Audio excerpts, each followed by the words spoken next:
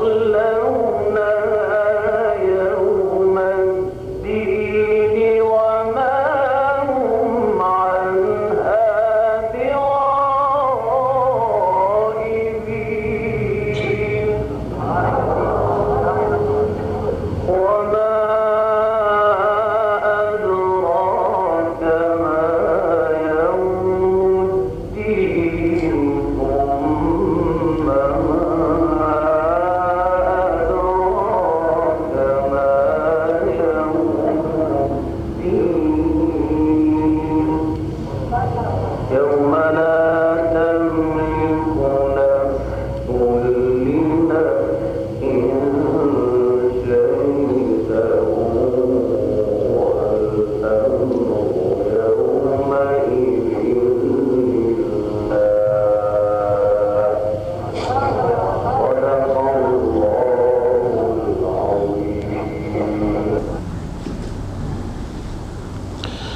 صدق الله العظيم. اعوذ باللہ من الشیطان الرجیم بسم اللہ الرحمن الرحیم اذا السماء انفطرت واذا الكواكب انتثرت واذا البحار فجرت واذا القبور بعثرت علمت نفس ما قدمت واخرت الى آخر السورہ. صدق اللہ العظیم. رب اشرح لی صدری ویسر لی امری واحلل عقدۃ من لسانی یفقہوا قولی.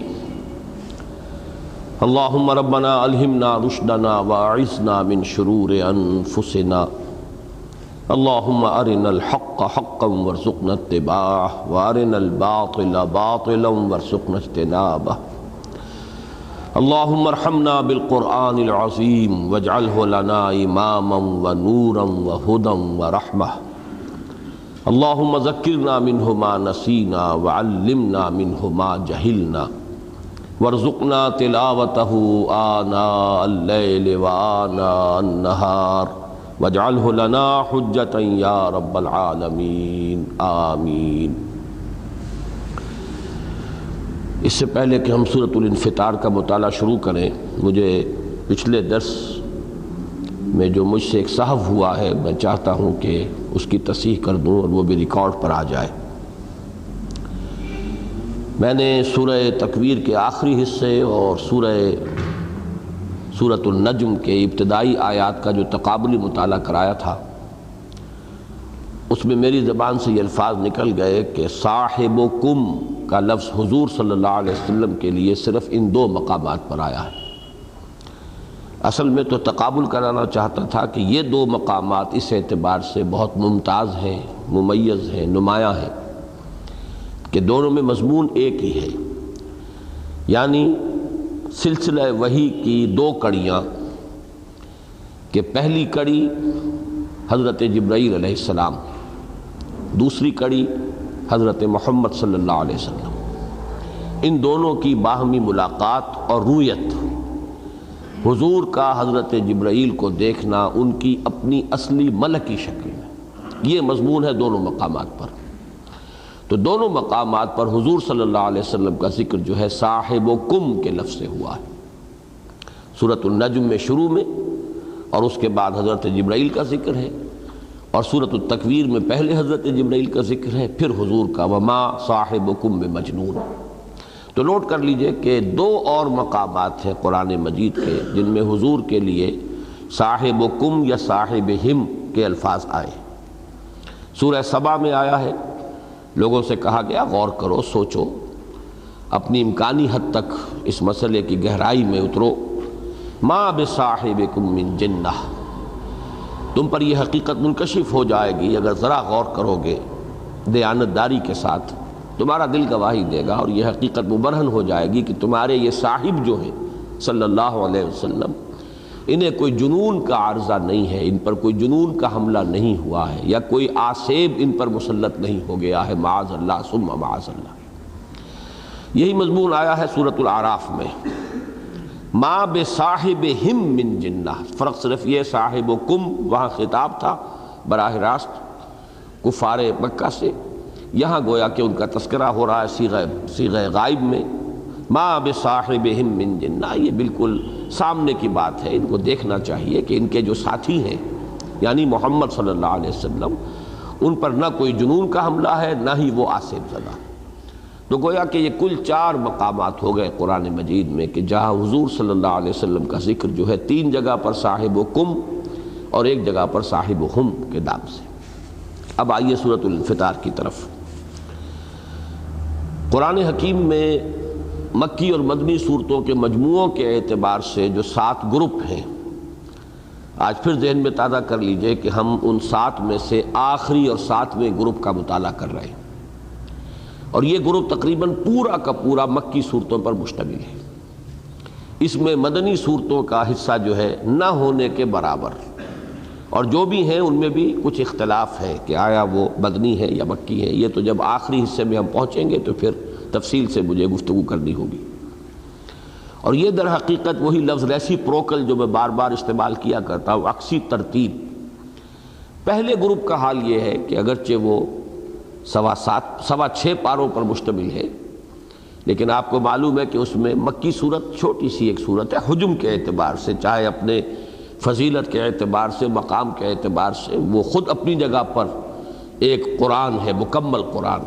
والقرآن وَلَقَدْ آتَيْنَاكَ سَبْعًا مِّنَ الْمَثَانِي وَالْقُرْآنَ الْعَظِيمِ، اس اعتبار سے۔ لیکن یہ کہ آیات 7 اور اس کے بعد 4 صورتیں جو ہے، سورہ بقرہ، سورہ آل عمران، سورہ نساء، سورہ مائدہ، بڑی طویل ترین صورتیں قرآن حکیم کی، یہ 4 صورتیں مدنی ہیں۔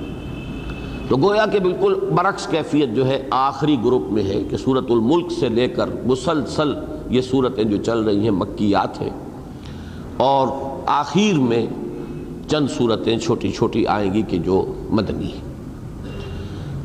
نہ صرف یہ گروپ بلکہ اس سے پہلا گروپ یہ جو ہے ان کے بارے میں بھی میں عرض کر چکا ہوں کہ ان دونوں گروپوں کا جو مرکزی مضمون ہے وہ انذار ہے، خبردار کرنا، قیامت کی خبر دینا، اور وہ لوگوں کو متنبع کر دینا، وارن کر دینا۔ وہ گھڑی آ کر رہے گی، ان الساعۃ لآتیۃ، وہ آ کر رہے گی، وہ تو شدنی ہے، ہو کر رہے گی۔ لہذا ابھی سے ہوش میں آؤ اور اس کی فکر کرو کہ اس روز تمہیں کھڑے ہونا ہوگا اپنے رب کے حضور میں، جواب دہی کرنی ہوگی۔ انذار گویا کہ ان تمام صورتوں کا مرکزی مضمون ہے۔ پھر ان صورتوں میں سے شروع میں نے عرض کیا تھا کہ 6 صورتیں تو وہ ہیں کہ جو 3 کے سب گروپس پر مشتمل ہیں۔ ایک صورت ان میں منفرد مزاج کی ہے، سورۃ الملک منفرد ہے، لیکن اس کے بعد سورہ نون اور سورہ حاقہ، ان کے درمیان نسبت موجود ہے جوڑے ہونے کی۔ اس کے بعد سورہ معارج ہے اور سورہ نوح ہے، یہ جوڑوں کی شکل میں جوڑا ہے، لیکن یہ کہ سورۃ الجن بڑی منفرد صورت ہے اپنے مزاج کے اعتبار سے پورے قرآن حکیم۔ لیکن پھر سورہ مزمل سے جو سلسلہ شروع ہوا ہے تو آخر تک یہ جوڑوں پر مشتمل ہے، ان میں کہیں کوئی اب استثناء نہیں آئے گا۔ 2 صورتوں کے نہایت حسین جوڑے۔ البتہ کہیں کہیں ان میں 4 سوروں کی نسبت پیدا ہو گئی، 4 صورتوں کے گروپ ہیں کہ ان میں کوئی خصوصی امتیازی شان ہے، کوئی قدر مشترک ہے 4 صورتوں کے مابین۔ ایک تو 4 سورہ، یہ لفظ سب سے پہلے میرے ذہن میں جو آیا تھا وہ تو آگے آئے گا انشاءاللہ، سورۃ الشمس، سورۃ اللیل، سورۃ الضحیٰ، سورۃ الانشراح، یہ لفظ سب سے پہلے ان صورتوں کے ضمن میں میرے ذہن میں آیا، ورنہ عام طور پر 5 سورات کا لفظ تو چلتا ہے ہمارے ہاں، لیکن یہ 4 سورہ نور و ظلمت، اس موضوع پر میں نے ایک مضمون لکھنا بھی شروع کیا تھا، جیسے کہ بشار بتا بھی چکا ہوں۔ اسی طرح کا ایک 4 سورہ یہ ہے، اور اس کی میں نے پچھلی مرتبہ میں نے یہ بات آپ سے عرض کی تھی کہ سورہ تکویر، سورۃ الانفطار، پھر سورۃ المطففین، پھر سورۃ الانشقاق، یہ 4 جو ہے ایک سب گروپ ہے ان میں۔ خاص طور پر یہ کہ ان میں سے جو 2 جوڑے بنتے ہیں تو دونوں جوڑوں کی جو دوسری صورتیں ہیں، پہلے جوڑے کی دوسری صورت سورۃ الانفطار جو آج پڑھنے چلے ہیں، اگلے جوڑے کی دوسری صورت آئے گی سورۃ الانشقاق، ان میں تو بڑی گہری مشابہت ہے۔ لیکن ایک بات نوٹ کیجئے، یہ اصل میں آج میں جب دیکھ رہا تھا آج کے درس کے لیے تو یہ میری نگاہ سے گزری ایک حدیث جو مولانا مودودی نے اپنی تفہیم میں وہ اس کو روایت اس کو نقل کیا ہے، اور اس سے میرے اس خیال کی بڑی تائید ہوئی اور مجھے اس سے خوشی ہوئی۔ یہ حدیث آپ بھی نوٹ کر لیں کہ یہ مسند احمد میں بھی ہے اور جامع ترمذی میں بھی ہے اور بھی بعض دوسری کتابوں میں، اور یہ حدیث موجود ہے، اگرچہ صحیحین میں نہیں ہے، یعنی صحیحین کے بعد مسند احمد اور ترمذی اس کا بھی بڑا اونچا مقام ہے۔ راوی ہیں حضرت عبداللہ ابن عمر رضی اللہ تعالی عنہما، وہ فرماتے ہیں کہ حضور صلی اللہ علیہ وسلم نے ارشاد فرمایا، من سرہ ان ينظر الى یوم القیامت کانہ رأى العین فلیقرأ اذا الشمس کورت واذا السماء انفطرت واذا السماء انشقت، او کما قال صلی اللہ علیہ وسلم۔ ترجمہ یہ ہے کہ جس شخص کو بھی اس کی خواہش ہو، جسے اس سے خوشی محسوس ہو کہ وہ قیامت کے دن کو اپنی آنکھوں سے ایسے دیکھے گویا کہ واقعتاً بچشم سر دیکھ رہا ہے، تو اسے چاہیے کہ اذا الشمس کورت یعنی سورہ تکویر، اور اذا السماء انفطرت یعنی یہ سورۃ الانفطار، اور اذا السماء انشقت جو سورۃ الانشقاق آئے گی اگلے جوڑے کی دوسری صورت، ان تین کا آپ نے تذکرہ فرمایا کہ ان تین صورتوں کو پڑھ لیا کرے۔ تو اگر وہ واقعتاً حضور قلب کے ساتھ ان تین صورتوں کو پڑھے گا تو وہ قیامت کا نقشہ اس کے سامنے بالکل اس طرح آ جائے گا جیسے کہ وہ اپنے چشم سر سے دیکھ رہا۔ اب اس میں بھی وہی قدر مشترک ہے کہ جس کی طرف میری توجہ ہوئی اور اسی کی گویا کہ نشاندہی محمد الرسول اللہ صلی اللہ علیہ وسلم نے فرمائی، اور بہت ہی میں سمجھتا ہوں کہ بڑے جامع الفاظ میں۔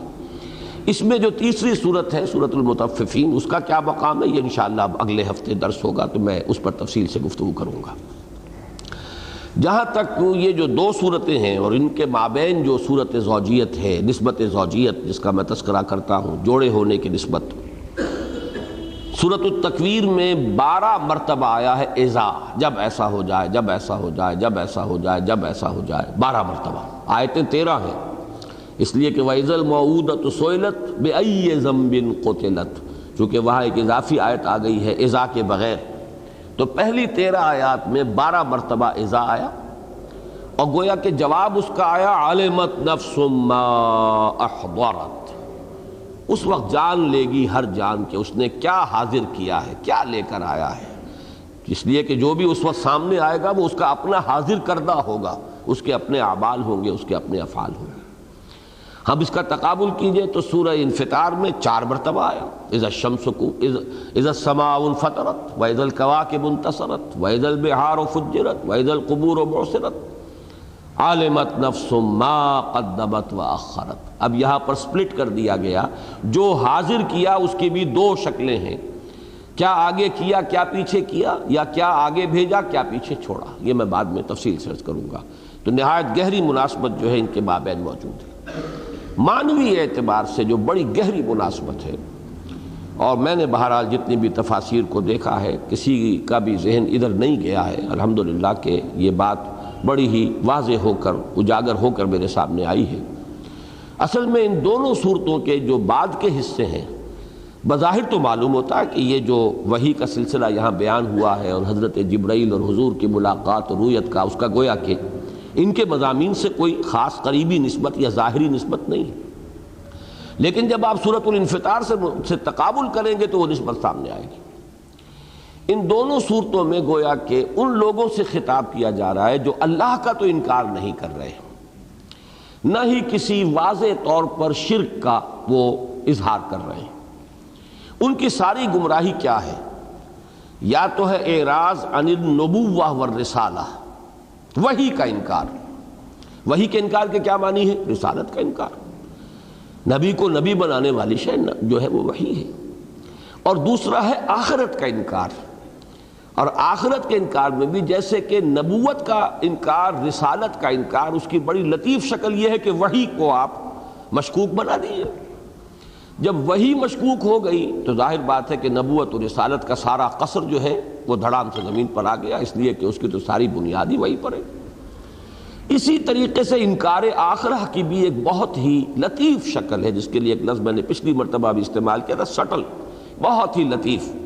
ایک تو چیز ہوتی ہے کہ جو بڑی کورس شکل میں سامنے آئے، عام آدمی بھی اس کو دیکھ لے، ایک یہ کہ بڑے لطیف انداز میں آ رہی ہو اور بڑی وہ یعنی یوں سمجھیے کہ ملمع شدہ شکل میں ہو جس کو دیکھنا مشکل ہو جائے، بہت ہی سٹل انداز جس کو انگریزی میں کہتے ہیں۔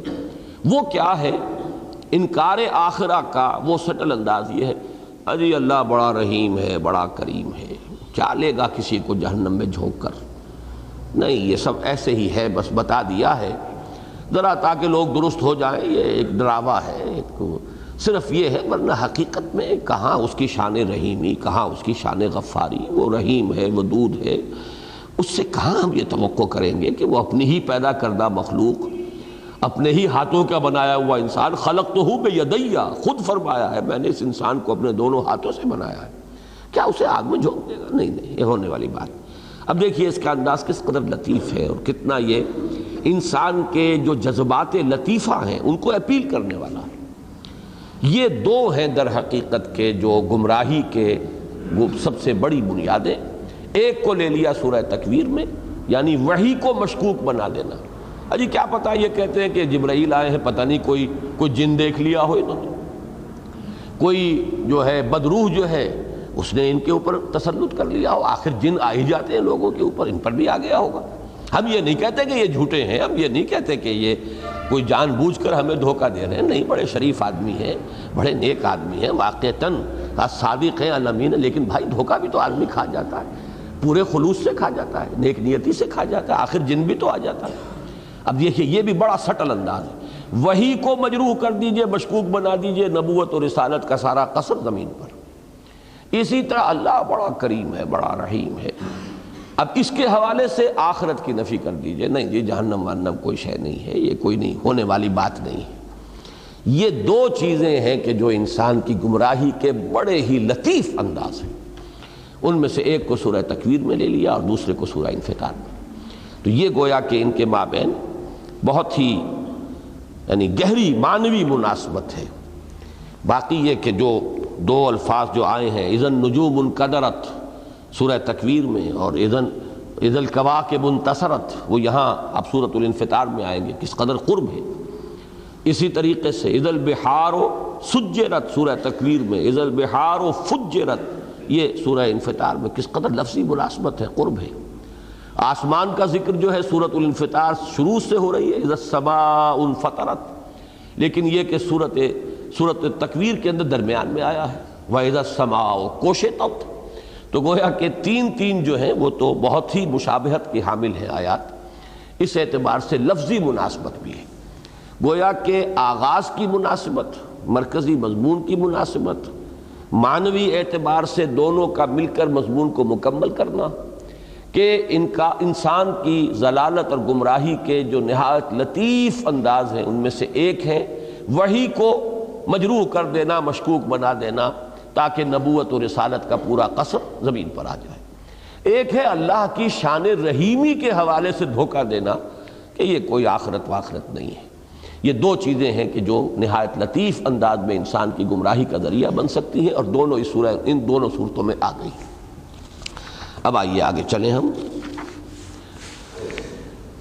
اس کی جو ابتدائی یہ 4 آیات ہیں، ان میں فقہ اللغہ کا ایک لفظ میں اس سے پہلے استعمال کرتا رہا ہوں، فقہ اللغہ۔ یہ اصطلاح ہے کہ لغت کا گہرا فہم حاصل کرنا۔ عربی زبان میں خاص طور پر ایک خاص اس کا وصف ہے، اور وہ یہ ہے، یہ تو سب کو معلوم ہے کہ اس کے 99.9% الفاظ وہ ہیں جو 6 حرفی مادے سے بنتے ہیں، بہت کم ہیں، معدود چند، اسے آپ رباعی اور خماسی کہتے ہیں، ورنہ ثلاثی ہیں، 3 حرفی مادے سے الفاظ بنتے ہیں۔ اور ان میں یہ ہے کہ جو الفاظ جن کے مادوں میں مشابہت ہوتی ہے، کوئی اشتراک ہوتا ہے حروف کا، ان کے معنی میں بھی قرب ہوتا ہے۔ وہ جو قرب معنوی ہے کہ جو حروف اصلیہ ہیں ان کی مشابہت کی بنا پر یہ خود یعنی عربی زبان کا ایک گہرا فہم حاصل کرنے کے لیے یہ خود اپنی جگہ پر فقہ اللغہ، اس پر کتابیں لکھی گئی ہیں۔ فقہ کے معنی ہے گہرائی میں اتر کر کسی شے کو سمجھنا، تو عربی زبان کو سمجھنا ظاہر بات ہے اس کی پہلی الف بیتیں تو یہی ہوگی کہ آپ کو صرف کے قواعد آتے ہوں، نحو کے قواعد آتے ہوں، لیکن یہ کہ پھر معانی ہے، بیان ہے، لیکن ایک اس کا جو شعبہ ہے وہ یہ بھی ہے کہ فقہ اللغہ۔ تو میں آج کی ان 4 آیات کے حوالے سے چند الفاظ پر گفتگو کروں گا جس کا تعلق خاص طور پر عربی زبان کے اس پہلو سے۔ فرمایا اذا السماء انفطرت، جب کہ آسمان پھٹ جائے گا۔ اب یہ انفطار کا لفظ بنا ہے، اس کا مادہ ہے فاطرا، فطر، اس کے معنی ہے توڑ دینا، پھاڑ دینا، روزہ افطار کر لیا۔ اچھا، اب اسی کے قریب فطر ہے تے کے ساتھ، اور اس فطر کے معنی میں بھی رکھنا، کوئی سلسلہ جاری تھا درمیان میں ٹوٹ گیا، کوئی سلسلہ ٹوٹا ہوا ہوگا، فترت وحی۔ فترت وحی جو ہے سب سے بڑی، وہ تو حضرت عیسیٰ اور حضور صلی اللہ علیہ وسلم کے مابین جو 6 صدیاں بیتی ہیں کہ وحی کا سلسلہ بن رہا، پھر یہی لفظ آتا ہے فترت وحی کا، جبکہ حضور پر بھی وحی کے بعض اوقات جو ہیں وقفے آ گئے، اور وہ میں عرض کر چکا ہوں پچھلی مرتبہ سورۃ التکویر کے ضمن میں، کہ کس قدر شاق آپ پر گزرے ہیں، اس لیے اس کو فطرت کہتے ہیں۔ تو فاتارا، فاتر العقل وہ ہوتا ہے جس کی عقل جو ہے وہ ہٹ گئی ہو اپنی جگہ سے اور اس کے اندر جو ہے فطور پیدا ہو چکا ہو۔ تو یہ فطر جو ہے انفطار، پھٹ جانا۔ اذا السماء انفطرت، جب کہ آسمان پھٹ جائے گا۔ وَإِذَا الْكَوَاكِبُ انتَثَرَتْ، اور جب کہ ستارے بکھر جائیں گے۔ اب یہاں نوٹ کیجئے لفظ نثر اور نظم کا تقابل کیجئے۔ نظم کسے کہتے ہیں تو وہی الفاظ، لیکن اگر وہ ایک نظم کے ساتھ ہیں، اس میں ایک حساب کتاب ہے، وزن ہے، یہ مصرع اور یہ مصرع، اس کا ایک ردم ہے، بحر ہے، یہ تمام چیزیں جو ہیں اگر ہیں اپنی جگہ پر، چاروں کھوٹے ٹھیک جگہ ہے تو وہ نظم کہلائے گی۔ گویا کہ وہ منظم عبارت ہے۔ وہاں قواعد، قوافی، بحر، ان سب کا جو ہے حساب رکھ کر پھر یہ کہ دونوں مصرے جو ہیں برابر وزن کے اندر، تو یہ ہے نظم۔ اور نثر کیا ہے؟ وہی الفاظ ہیں لیکن ان میں کوئی نظم نہیں ہے، گویا کہ بکھرے ہوئے جیسے دانے آپ نے لیے بکھیر دیے، یہ نثر ہے۔ پھر نوٹ کیجئے، ایک تو نظم اور نثر کا تقابل ہو گیا، یہ الفاظ چونکہ اردو میں مستعمل ہے اس لیے ان کو تو سمجھنا کوئی مشکل نہیں ہے۔ ایک اور لفظ کا اس کا ساتھ تقابل کیجئے، نشر، نون شین رے۔ نثر اور نشر میں لکھنے میں صرف ایک شوشے کا فرق آئے گا، ورنہ وہی نون کا ایک نقطہ اور سا یا شین کے 3 نقطے اوپر نظر آئیں گے، آگے راہ ہے تو ایک شوشہ آئے گا صرف، اور وہ اکثر و بیشتر تو لکھنے میں وہ شوشوں کی آج کل جو ہے خاص رعایت کی نہیں جاتی۔ نشر کے معنی بھی پھیلا دینا، بکھیر دینا۔ انتشار کے کیا معنی ہے؟ انتشار کے معنی منتشر ہو گئے، فانتشروا فی الارض، اب بکھر جاؤ زمین میں، تم جا سکتے ہو۔ اس لیے کہ جب تک تم نماز کے لیے مسجد میں تھے منظم تھے، صفوں کے اندر تھے، باجماعت تھے، امام کے ساتھ تھے، لیکن اب فَإِذَا قُضِيَتِ الصَّلَاةُ فَانتَشِرُوا فِي الْأَرْضِ وَابْتَغُوا مِنْ فَضْلِ اللَّهِ، جب نماز ہو چکے، ادا ہو جائے تو اب تم زمین میں پھیل جاؤ، بکھر جاؤ، اللہ کا فضل تلاش کرو۔ تو نثر اور نشر کس قدر قریب کے الفاظ ہیں۔ اذا الکواکب انتصرت، اس کا تقابل اس سے بھی کر لیجئے کہ پچھلی صورت میں آیا تھا وَإِذَا النُّجُومُ انْكَدَرَتْ، اور قدر کے بھی دونوں معنی بتائے گئے تھے، ایک دھندلا جانا اور ایک ان کا ٹوٹ جانا اور بکھر جانا۔ وَإِذَا الْبِحَارُ فُجِّرَتْ، فجرت اور سیرت، یہ تو میں نے کئی مرتبہ پچھلے درس میں بھی اس کا حوالہ دیا تھا، آج بھی حوالہ دے چکا ہوں۔ سجرت اور فجرت، سجرت کے معنی ہے کہ جیسے کوئی دیگ کے نیچے اگر بھٹی دہک رہی ہو تو پانی ابل رہا ہے، کھول رہا ہے، اور کھولتا ہوا پانی باہر نکلتا ہے۔ فجرت کے معنی، فجر کے معنی بھی پھٹ جانا۔ پانی جب اپنی سطح پر دیگ میں تھا تو ایک سطح پر تھا، اب جب ابلا ہے تو وہ پھٹا ہے اور اس کا ہی حصہ جو ہے باہر نکل آیا۔ تو سمندر جب ابلے گا، اور یہ میں پچھلی مرتبہ توجیہ کر چکا ہوں کہ مجھے ایسا محسوس ہوتا ہے، واللہ عالم، یہ باتیں بہرحال یہ متشابہات کے نوعیت کی ہیں، میں تیقن کے ساتھ نہیں کہا جا سکتا، لیکن یہ کہ ان 3 صورتوں کا اگر تقابل کیا جائے، اذا البحار و سجرت، اذا البحار و فجرت، اور اگلی صورت کے اندر جا کر جو ہے وہ مضمون اور نکھر کر آ جائے گا۔ صورت کیا ہے؟ معلوم ہوتا ہے کہ زمین کو گویا کہ کھینچ دیا جائے گا، اذا الارض مدت والقت ما فیہا وتخلت، کھینچا جائے گا تو اس کے اندر جو کچھ ہے باہر نکل آئے گا۔ اس کے اندر جو ہے وہ انسان بھی مدفون ہے، اور اس کے اندر وہ آگ بھی ہے، اس کے اپنے اندر وہ آگ موجود ہے، اور وہ آگ جو ہے وہ ظاہر ہو جائے گی، گویا کہ اطراف کے اندر زمین اور درمیان میں وہ جہنم کا گڑھا جو ہے وہ سامنے آ جائے گا۔ اس سے معلوم ہوتا ہے، اور پھر یہ کہ سمندر کے نیچے جب ابتداءً جب یہ کھینچا جا رہا ہوگا اور سمندر کے قریب آ جائے گی سطح کے وہ آگ، تو وہ تو بالکل وہی شکل ہوگی جیسے کہ ایک بہت بڑے الاؤ کے اوپر ایک بڑا سا دیگچہ نہیں، کڑھاؤ رکھا ہوا ہے، اس میں پانی ہے، وہ تو ابلے گا پھر۔ تو یہ تمام چیزیں جو ہیں بڑی آسانی سے یہ ہمارے ذہن کی گرفت میں آ سکتی ہیں کہ ابھی تو یہ ہے کہ سمندر کے اور وہ زمین کا کور جو ہے جس میں وہ آگ ہے اس میں کافی فاصلہ ہے، لہٰذا وہ اس کا اثر وہاں تک نہیں پہنچ رہا۔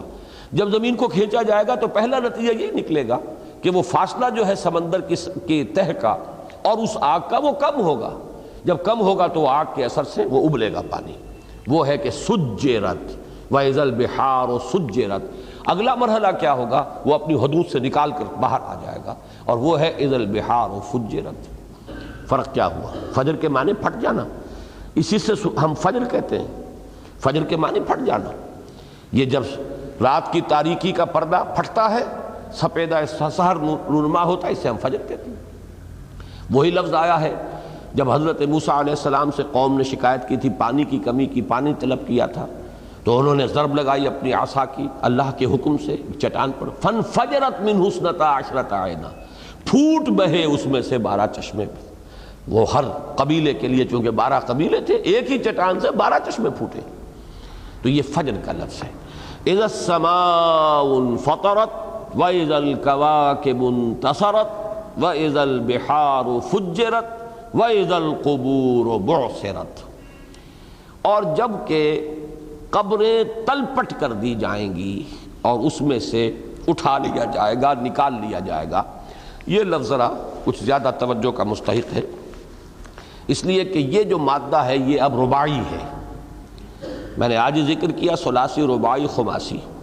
رباعی خماسی چند، اس سے زیادہ نہیں، بہت ہی کم۔ ٹوٹل اگر آپ پرسنٹیج بنائیں گے تو 1-1.5% بن جائے تو بن جائے، اس سے زائد نہیں۔ ان میں سے یہ لفظ بھی آیا ہے با، عین، سا، را، یہ چاروں حروف اصلی ہیں، اور یہ لفظ قرآن مجید میں 2 مرتبہ آیا۔ ایک تو یہاں آ گیا وَإِذَا الْقُبُورُ بُعْثِرَتْ، ایک یہ سورۃ العادیات میں آگے چل کر آئے گا افلا یعلم اذا بعثر ما فی القبور وحصل ما فی الصدور ان ربهم بهم یومئذ لخبیر۔ سورۃ العادیات کا اختتام ان 3 آیات پر ہوتا ہے۔ اس بعثرہ کے لفظ کی حقیقت کیا ہے؟ ایک رائے تو یہ ہے کہ یہ اصلاً رباعی ہے، یہ تمام حروف اس کے اسی طریقے سے اصلی ہیں، اور یہ مرکب نہیں ہے بلکہ مفرد ہے، اور اس کے معنی ہی یہ ہے کسی شے کو تلپٹ کر دینا، نیچے کی چیز اوپر آ جائے، تلپٹ اسی کو کہتے ہیں۔ لیکن یہ کہ ایک یہ رائے ہے، اور نحویین کے ہاں یہ رائے بڑی قوی ہے، کہ اصل میں یہ خماسی اور رباعی الفاظ جو ہیں یہ بھی ثلاثی ہی سے بنتے ہیں، کوئی ایک لفظ کا اضافہ ہو جاتا ہے۔ جیسے زلزلہ، اب اس میں زا لام ظاہر بات ہے کہ یہ حروف اصلی ہیں، ان میں کوئی اضافی حرف نہیں ہے، لیکن یہ ایک رائے یہ ہے کہ یہ اصل میں زلہ ہی ہے۔ زا لام یہ مادہ آتا ہے پھسلنے کے لیے، کسی چیز کے جو ہے وہ اپنی جگہ سے ہٹ جانے کے لیے، تو زلزلہ ایک کیفیت پیدا کرنے کے لیے اسی میں ایک لفظ کا اضافہ کر دیا گیا، ورنہ اصل میں جو حروف اصلی ہیں وہ زلہ، زے لام ہی۔ ایک یہ رائے بھی ہے کہ بعض جگہ پر 2 حروف کو جوڑ کر ایک حرف بنا دیا جاتا ہے، جیسے بسملہ، جب ہم کہتے ہیں بسم اللہ الرحمن الرحیم، بسم اللہ جب کہا تو اب اس کو کہا جاتا ہے بسملہ۔ بسملہ بے اسم تو پورا آ گیا اس میں، اور اللہ کا صرف لام لے لیا گیا اور اس سے ایک لفظ بنا دیا گیا، جو گویا کہ ویسے تو رباعی نظر آ رہا ہے، بے سین میم لام، لیکن حقیقت میں یہ اصل میں تو جو 2 الفاظ ہیں ان میں سے ایک کا صرف ایک گویا کہ ٹوکن لے لیا گیا ہے لام، اور باقی دوسرا لفظ جو ہے وہ پورا کا پورا موجود ہے، بسم اللہ، اللہ میں صرف لام، بسملہ یہ لفظ بن گیا۔ اسی طریقے سے یہ بنا ہے بعثرہ۔ بعثرہ میں باس پورا ہے، اور را جو ہے یہ اسیرہ کا ہے۔ بعثرہ، بعثہ و اسیرہ، اٹھایا گیا اور پھر کسی چیز کو اٹھا لینا اور اس میں سے کوئی چیز نکال لینا، یہ ہے۔ تسیر الارض کا لفظ آیا ہے سورہ بقرہ میں، جب ہل چلاتا ہے کوئی جانور یا انسان پیچھے ہے تو وہ جو اس کی نوک ہے وہ زمین کو تلپٹ کرتی ہے، اٹھاتی ہے، اور پھر یہ کہ اس میں کوئی چیز نکالتی ہے۔ یہ جو کیفیت ہے تو در حقیقت یہ بعثہ و اسیرہ، بعثہ پورا آ گیا، بعثرت، اور اسیرہ میں سے صرف را لے لی گئی۔ بہرحال یہ تو اس کی ہوئی شرح، باقی جو اس کے اصل معنی ہے وہ یہ ہے زمین کا تلپٹ ہو جانا، اندر سے جو کچھ ہے وہ باہر نکل کر سامنے آ جانا۔ اس کے معنی میں وَإِذَا الْقُبُورُ بُعْثِرَتْ، جبکہ زمینیں جبکہ قبریں تلپٹ کر دی جائیں گی اور جو اس میں مردہ دفن ہیں موجود ہیں وہ اس میں سے نکال لیے جائیں گے۔ یہ 4 آئیں آیات، اذا السماء انفطرت واذا الكواكب انتصرت واذا البحار فجرت واذا القبور بعثرت، اب اس کے بعد وہ آیت آ گئی، علمت نفس ما قدمت واخرت، اس وقت جان لے گی ہر جان کیا آگے بھیجا کیا پیچھے چھوڑا، یا کیا آگے کیا کیا پیچھے کیا. یہ دونوں ترجمے ہوں گے، اور یہ پوری تشریح میں اس کی کر چکا ہوں سورۃ القیامہ کے ضمن میں. وہاں فرمایا گیا ہے يُنَبَّأُ الْإِنسَانُ يَوْمَئِذٍ بِمَا قَدَّمَ وَأَخَّرَ، جتلا دیا جائے گا ہر انسان کو اس دن کہ کیا اس نے آگے بھیجا یا آگے کیا، یا پیچھے چھوڑا یا پیچھے کیا. یہ دونوں ترجمے بار بار میں دہرا رہا ہوں، اور اس کی وضاحت تو وہاں ہوئی تھی لیکن اب پھر کیے دیتا ہوں. اصل میں انسانی اعمال کے ایک طرف تو یوں آپ سمجھیے کہ دو رخ ہیں. جو عمل بھی ہم نے کیا ہے اس وقت وہ گویا کہ ہم نے اپنے سے آگے بھیج دیا ہے اللہ کے ہاں، وہ ڈپازٹ ہو گیا ہے اللہ کے اس اعمال نامے میں، فیڈ ہو گیا، اللہ کے حساب میں جمع ہو گیا. آپ نے کوئی پیسہ خرچ کیا ہے اللہ کے بینک میں جمع ہو گیا، نیکی کی ہے وہ بھی اس کمپیوٹر میں فیڈ ہو گئی، اور بدی کی ہے وہ بھی اس میں فیڈ ہو گئی، وہ تو آگے بھیج دیا. لیکن ہر عمل کے کچھ آثار ہوتے ہیں جو بعد میں بھی باقی رہتے ہیں. آپ نے ایک بری رسم ایجاد کی، اب لوگ اس پر چل پڑے. جب تک لوگ اس بری رسم پر عمل پیرا رہیں گے آپ کے حساب میں گناہ کا اندراج ہوتا رہے گا، یہ آپ کے بعد سلسلہ جاری رہے گا. یہ گویا کہ ایک تو آپ کہتے ہیں نا کہ صدقہ جاریہ، یہ سیئہ جاریہ ہے، یہ وہ برائی ہے جو جاری رہے گی، آپ کے حساب میں درج ہوتی رہے گی. آپ نے شروع کیا تھا، آپ شروع نہ کرتے تو لوگوں کے لیے یہ راہ کھلتی ہی نہ. اسی طریقے سے اگر آپ نے کوئی نیکی کا کام کیا، اس کے اثرات جب تک دنیا میں اس کے اثرات جاری رہیں گے وہ آپ کے حساب میں بھی اس کا اندراج ہوتا رہے گا. کوئی آپ نے خیر کا کام کیا، اس سے خیر پھیلا، اسی کو صدقہ جاریہ کہتے ہیں. سب سے بڑا صدقہ جاریہ نیک اولاد ہے. آپ نے انہیں صحیح رخ کے اوپر ڈالنے کی کوشش کی، صحیح تربیت دی، صحیح تعلیم ہوئی، ان سے جو بھی خیر پھیلے گا اور پھر ان کے ذریعے سے جن تک خیر پہنچے گا، ان سے آگے جن کو پہنچے گا، اس سب کا حساب جو ہے وہ آپ کے حساب میں بھی درج ہوتا رہے گا. تو گویا کہ عمل کا ایک حصہ وہ ہے جو خود ہم نے اپنے ہاتھوں اپنی زندگی ہی میں آگے بھیج دیا، قدمہ کے معنی آگے کرنا، آگے بھیجنا. ایک وہ ہے جو پیچھے چھوڑ کر جا رہے ہیں، وہ نیکیاں بھی ہو سکتی ہیں، سیئات بھی ہو سکتی ہیں، سیئہ جاریہ بھی ہو سکتا ہے، اور وہ بھلائیاں بھی ہو سکتی ہیں، حسنہ جاریہ یا صدقہ جاریہ، وہ جاری رہے گا. ایک اس کا مفہوم اور ہے، اور وہ مفہوم یہ ہے کہ ہر معاملے میں انسان ایک دو راہے پر کھڑا ہوتا ہے، اور اسے یہ فیصلہ کرنا ہوتا ہے میں کس شے کو مقدم رکھوں، کس کو مؤخر رکھوں. بحیثیت مجموعی تو ہم فیصلہ جو اس دنیا میں کرتے ہیں، اور ہر شخص اپنے گریبان میں جھانکے صرف معلومات میں اضافے کے لیے قرآن مجید کا پڑھنا یا سننا جو ہے وہ کوئی اچھی بات نہیں ہے. دروں بینی ساتھ ساتھ ہونی چاہیے، اپنے من میں جھانک کر آدمی دیکھے میں کہاں کھڑا ہوں. من کیم در یوم دین، بڑا پیارا شعر ہے. جان جملہ علم ہائی نستوئیں، تاب دانی من کیم در یوم دین. تمام علم کا خلاصہ لب لباب، پورے علم کی جان یہ ہے کہ تمہیں یہ معلوم ہو، تم یہ سوچو، غور کرو کہ قیامت کے دن میں کہاں کھڑا ہوں گا، کدھر ہوں گا، اصحاب الیمین میں ہوں گا کہ اصحاب الشمال میں ہوں گا. من کیم در یوم دین، اس یوم الدین کو میں کہاں ہوں گا، میری حیثیت کیا ہوگی، میرا مقام کیا ہوگا، کدھر کھڑا ہوں گا. یہ ہے جان جملہ علم ہائی نستوئیں. اگر اسی کی فکر نہیں ہے تو معلومات کا خزانہ ذہن میں جمع کر لیجئے، اپنے دماغ کو لائبریری بنا دیجئے، بہت بڑا انسائکلوپیڈیا بنا دیجئے، حاصل کچھ نہیں. تو علم تو وہی ہے. اس اعتبار سے ہر شخص کو ایک جائزہ لینا چاہیے. بہت گہرا سوال ہے یہ، غور کیجئے اس پر، غور سے سنیے. ہم نے آخرت کو مقدم کیا ہے اور دنیا کو مؤخر، یا دنیا کو مقدم کیا ہے اور آخرت کو مؤخر؟ سیدھا سیدھا فیصلہ ہر شخص سوچے، مقدم کیا ہے، مؤخر کیا ہے. ہر معاملے میں آدمی یہی کرتا ہے. آدمی کی ویلیوز جو ہیں اسی سے تو طے ہوتی ہیں. ہر شخص طے کرتا ہے کہ کیا چیز میرے لیے اہم تر ہے، اور اس کے لیے کچھ نہ کچھ چیز چھوڑنی پڑتی ہے. To gain something you have to lose something. اب میں کیا میں برداشت کروں، چھوڑنا، ہاتھ سے دینا، اور گین کس شے کو سمجھوں کہ یہ نفع ہے. یہ ہے سارا کا جو میرے ایٹیچیوڈ کو معین کرے گا. اسی کو قرآن مجید لفظ ایثار سے بھی تعبیر کرتا ہے، بل تؤثرون الحیات الدنیا والآخرۃ خیر وابقیٰ، تم دنیا کی زندگی کو ترجیح دیتے ہو حالانکہ آخرت بہتر ہے اور باقی رہنے والی۔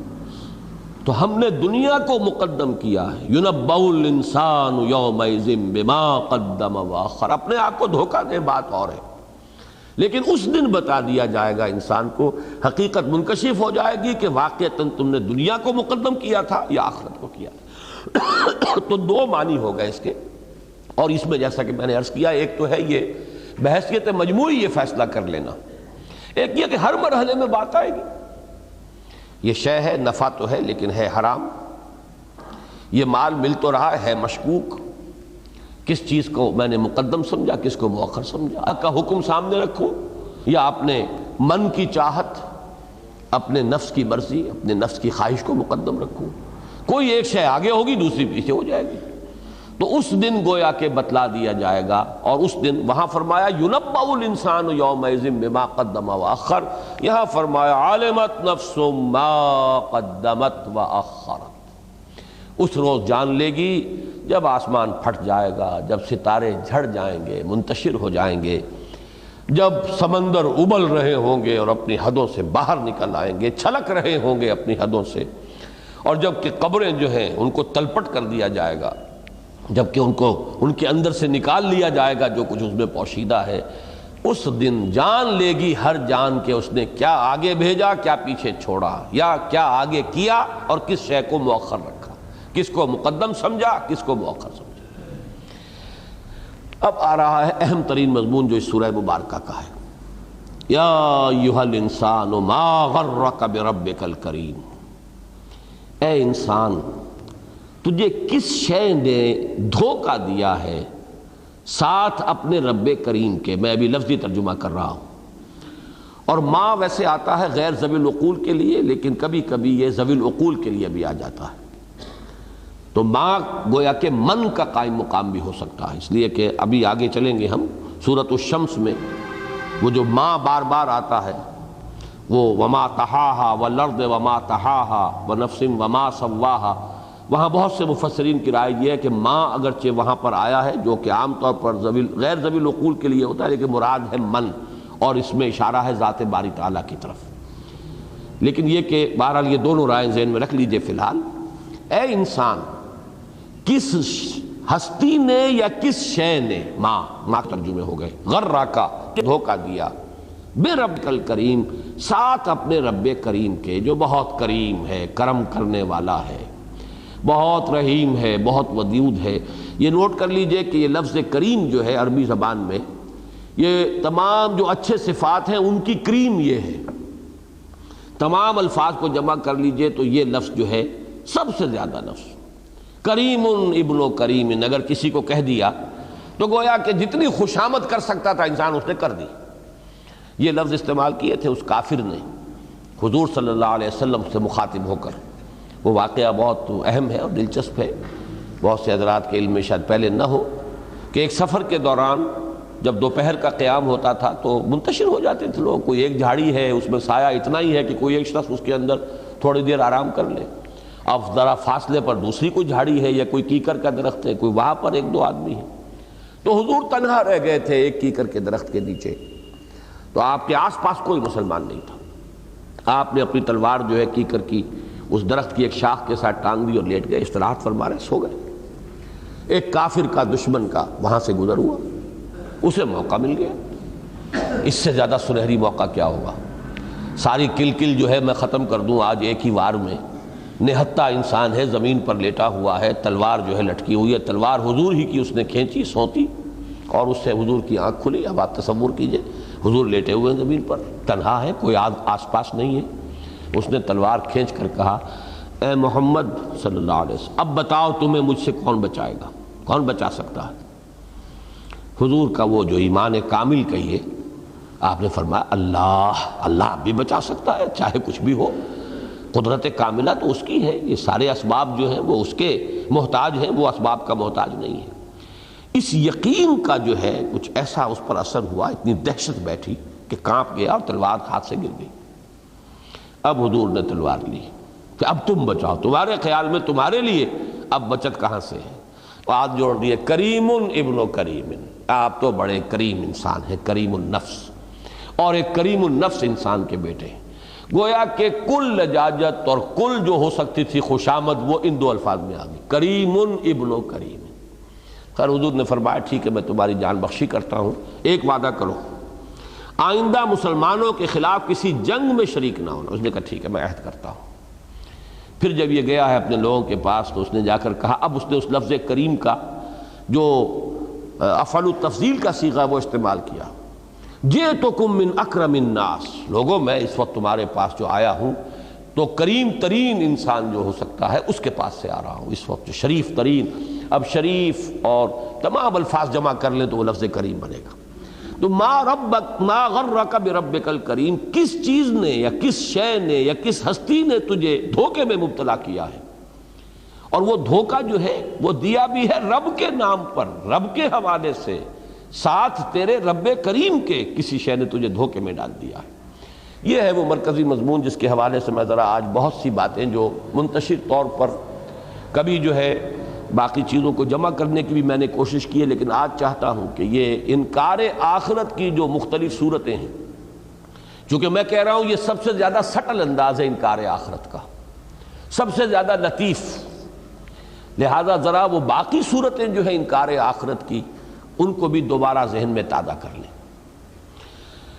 انکار آخرت کی پہلی شکل ہے صاف انکار، جس کو آپ پنجابی میں کہیں گے چٹا انکار، بالکل انکار، کوئی آخرت واخرت نہیں۔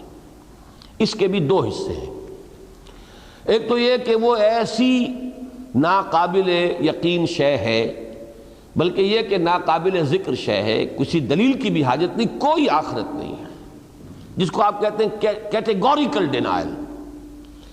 وہ تو یہ ہے کہ جو میں اب 3 آیات آپ کو سنا رہا ہوں، سورۃ الانعام، سورۃ المومنون، سورۃ الجاثیہ میں، وَقَالُوا إِنْ هِيَ إِلَّا حَيَاتُنَا الدُّنْيَا وَمَا نَحْنُ بِمَبْعُوثِينَ، اور وہ کہتے ہیں کہ نہیں ہے مگر ہماری یہی دنیا کی زندگی، اب ہرگز نہیں اٹھائے جائیں گے، بس یہی زندگی اور کوئی زندگی نہیں۔ صاحب یہ ڈھکوسلا ہے، خام خواہ کی دھونس ہے جو ہم پر جمائی جا رہی ہے۔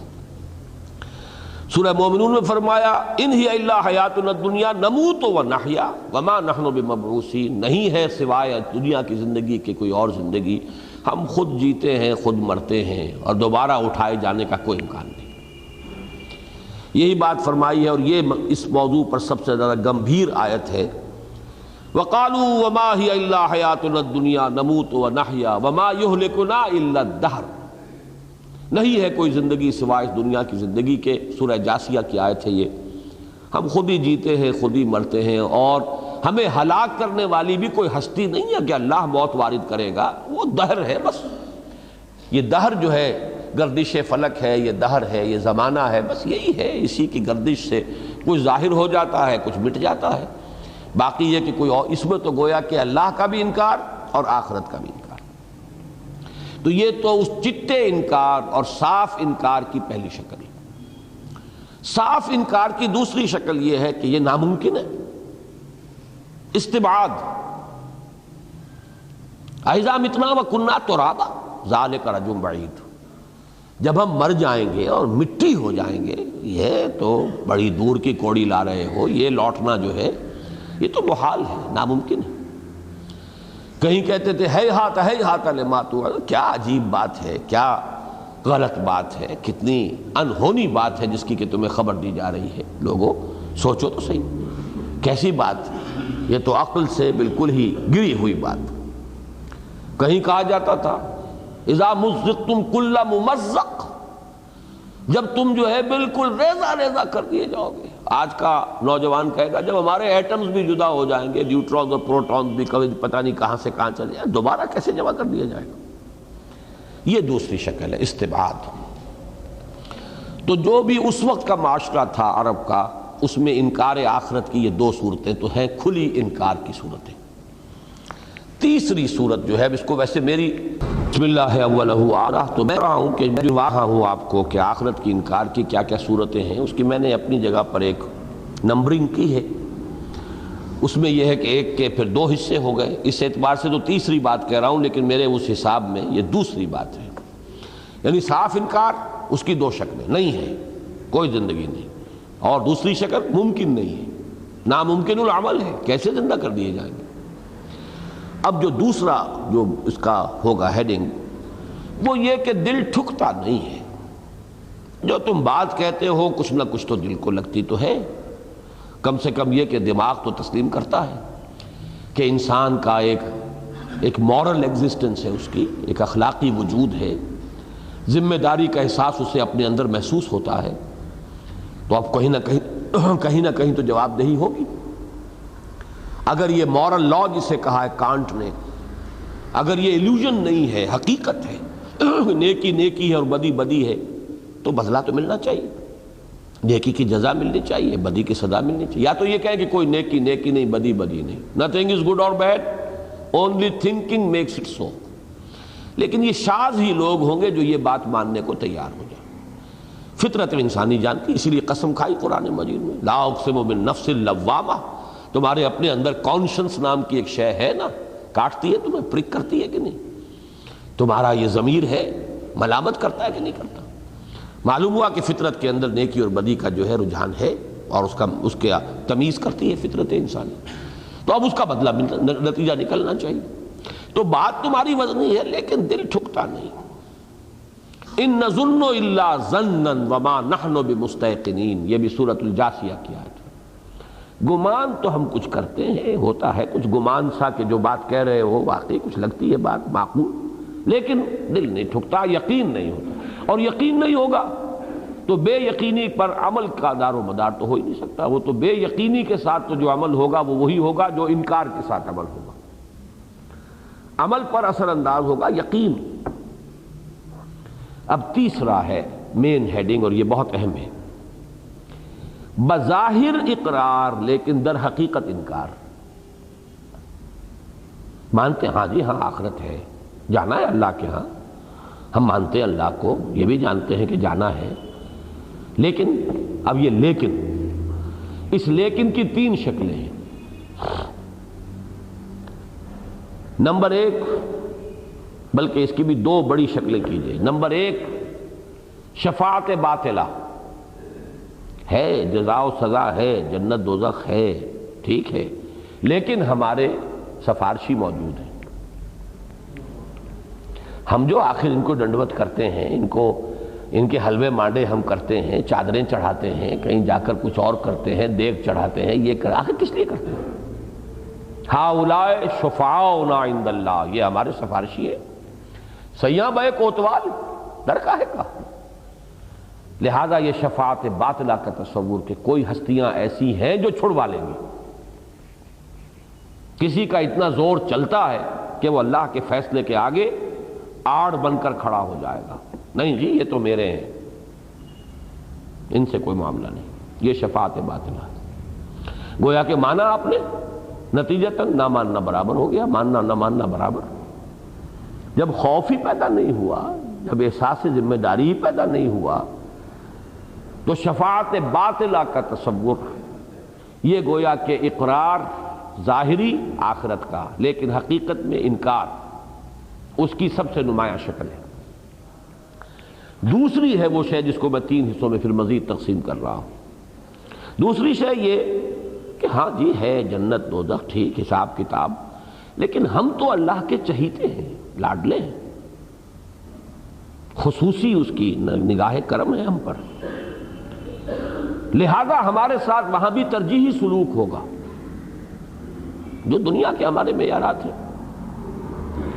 ہمارا معاملہ مختلف ہوگا، لوگوں کا جو بھی معیارات ہوں گے ججمنٹ کے وہاں پر وہ ہمارے لیے نہیں ہے، ہمارے ساتھ خاص معاملہ ہے، ترجیحی معاملہ ہے، اس لیے کہ ہم لاڈلے ہیں، چہیتے ہیں۔ اس کے تین حصے کر لیجئے۔ نمبر ایک، یہ چہیتا اور لاڈلا ہونا نسل کی بنیاد پر۔ ہم ابراہیم کی اولاد ہیں جناب، نحن ابناء اللہ و احباؤہ، ابراہیم اللہ کے خلیل ہیں اور ہم ان کی اولاد ہیں، تو گویا کہ دوست کی اولاد، ہم تو گویا کہ اللہ کی اولاد ہیں، اس کے بیٹوں کے مانند ہیں، اس کے بڑے چہیتے ہیں، لاڈلے، احباؤہ۔ یہی ہے یہودیوں کا سب سے بڑا جو غرہ جو پیدا ہوا انہیں۔ We are the chosen people of the Lord. نتیجہ کیا نکلا؟ لن تمسن النار الا ایاما معدودہ، یا معدودہ، دو جگہ یہ مضمون آیا، ایک جگہ معدودہ، ایک جگہ معدودات۔ ہمیں آگ نہیں چھو سکتی مگر گنتی کے چند دن۔ لوگوں کی آنکھوں میں دھول جھونکنے کی خاطر ہمیں بھی جہنم میں اللہ ڈال دے گا، لیکن ہمیں فوراً نکال دے گا، آنکھ بچا کر دوسروں کی، تاکہ الزام نہ آئے کہ گناہ انصافی ہو رہی ہے۔ لن تمسن النار الا ایاما معدودہ، لن تمسن النار الا ایاما معدودات، ہمیں نہیں چھو سکتی آگ مگر گنتی کے چند دن۔ کیوں؟ کہ ہم نسل میں ابراہیم کی نسل سے، we are the chosen people of the Lord، نحن ابناء اللہ واحباؤہ۔ تو یہ ہے نسل کی بنیاد پر اللہ کے خاص ایک سلوک کا استحقاق۔ دوسرا ہے گروہی بنیاد پر، ہم فلاں کی امت میں ہیں، فلاں قوم سے ہیں۔ گروہی یا امت میں ہونے کا معاملہ یا قوم میں ہونے کا معاملہ، قوم کی چونکہ بنیاد نسل پر ہوتی ہے عام طور پر، اس لیے اس کو علیحدہ کر دیجئے، تو گروہی یا امت میں ہونا، یہ ہے وہ تصور کہ جو پیدا ہوتا ہے ہر امت میں، یہ نہیں ہے کہ صرف مسلمانوں میں پیدا ہوا، اسی کا ہے نا وہ جو کچھ بھی ہے لیکن تیرے محبوب کی امت میں ہے۔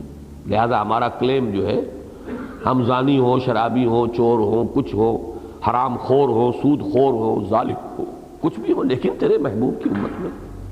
جب تیرے محبوب کی امت میں ہے تو ہمارے ساتھ ایک پریفرنشل ٹریٹمنٹ، ترجیحی سلوک ہونا چاہیے، یہ گویا کہ ہمارا استحقاق ہے۔ چنانچہ دو آیات آج نوٹ کر لیجئے قرآن مجید میں، دو آیات وہ ہیں کہ جن کی تفسیر میں بڑی کنٹروورسی ہے، اس لیے کہ وہاں مختلف گروہوں کا نام لیا گیا۔ جیسے یہ میں سورہ بقرہ کی آیت نمبر 62 آپ کو سنا رہا ہوں، بالکل یہی مضمون سورہ مائدہ کی آیت نمبر 69 کا ہے۔ ایک ہی گروپ کی یہ دو صورتیں، پہلی سورت بقرہ، آخری مائدہ۔ بقرہ کی 62ویں اور مائدہ کی 69ویں آیت۔ ان الذین آمنوا والذین ہادوا والنصارى والصابئین من آمن باللہ والیوم الآخر وعمل صالحا فلہم اجرہم عند ربہم ولا خوف علیہم ولا ہم یحزنون۔ یقیناً جو لوگ ایمان لائے اور جو یہودی ہوئے اور جو نصارہ تھے اور جو صابی تھے، جو کوئی بھی اللہ پر ایمان رکھتا ہو اور عمل نیک کرے، اس کا اجر اللہ کے ہاں محفوظ ہے، اس کے لیے نہ غم ہے نہ حزن۔ اس آیت کا اصل مفہوم یہ تھا کہ اللہ کے ہاں گروہی معاملہ نہیں ہے، اللہ کے ہاں ذاتی معاملہ ہوگا ہر شخص کا کہ تمہارا عمل کیا ہے۔ تھے تو آبا وہ تمہارے ہی مگر تم کیا ہو۔ بلکہ یہ چیز پہلی میں نوٹ کیجئے، جو میں نے پہلے بات کہی تھی نسلی، اس میں یہ شعر نوٹ کر لیجئے۔ تھے تو آبا وہ تمہارے ہی، نسل تو تمہاری غلط نہیں کہہ رہے ہو، تم ہو ابراہیم کی نسل سے، لیکن تھے تو آبا وہ تمہارے ہی مگر تم کیا ہو، ہاتھ پر ہاتھ دھرے منتظر فردا ہو۔ پدرم سلطان بود۔ اسی پر وہ دو آیتیں جو سورہ بقرہ کے آخری رکوع 16ویں رکوع میں پہلے پارے کا آخری رکوع جو ہے، دو مرتبہ یہ آیت، تلک امۃ قد خلت لہا ما کسبت ولکم ما کسبتم ولا تسألون عما کانوا یعملون۔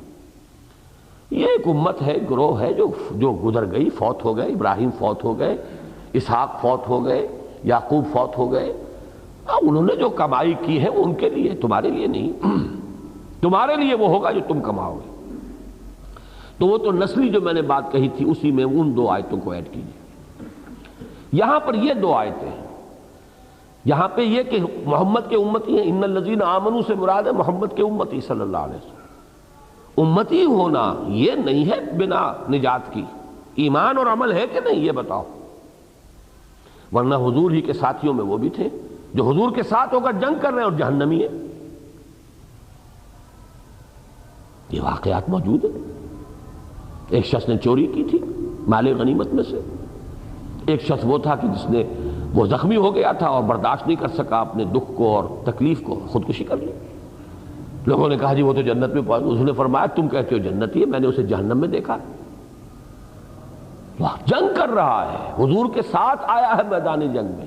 یہ ساتھ ہونا کوئی معنی اس کے نہیں جب تک کہ تمہارا اپنا ایمان اللہ پر اور یوم آخر پر نہ ہو۔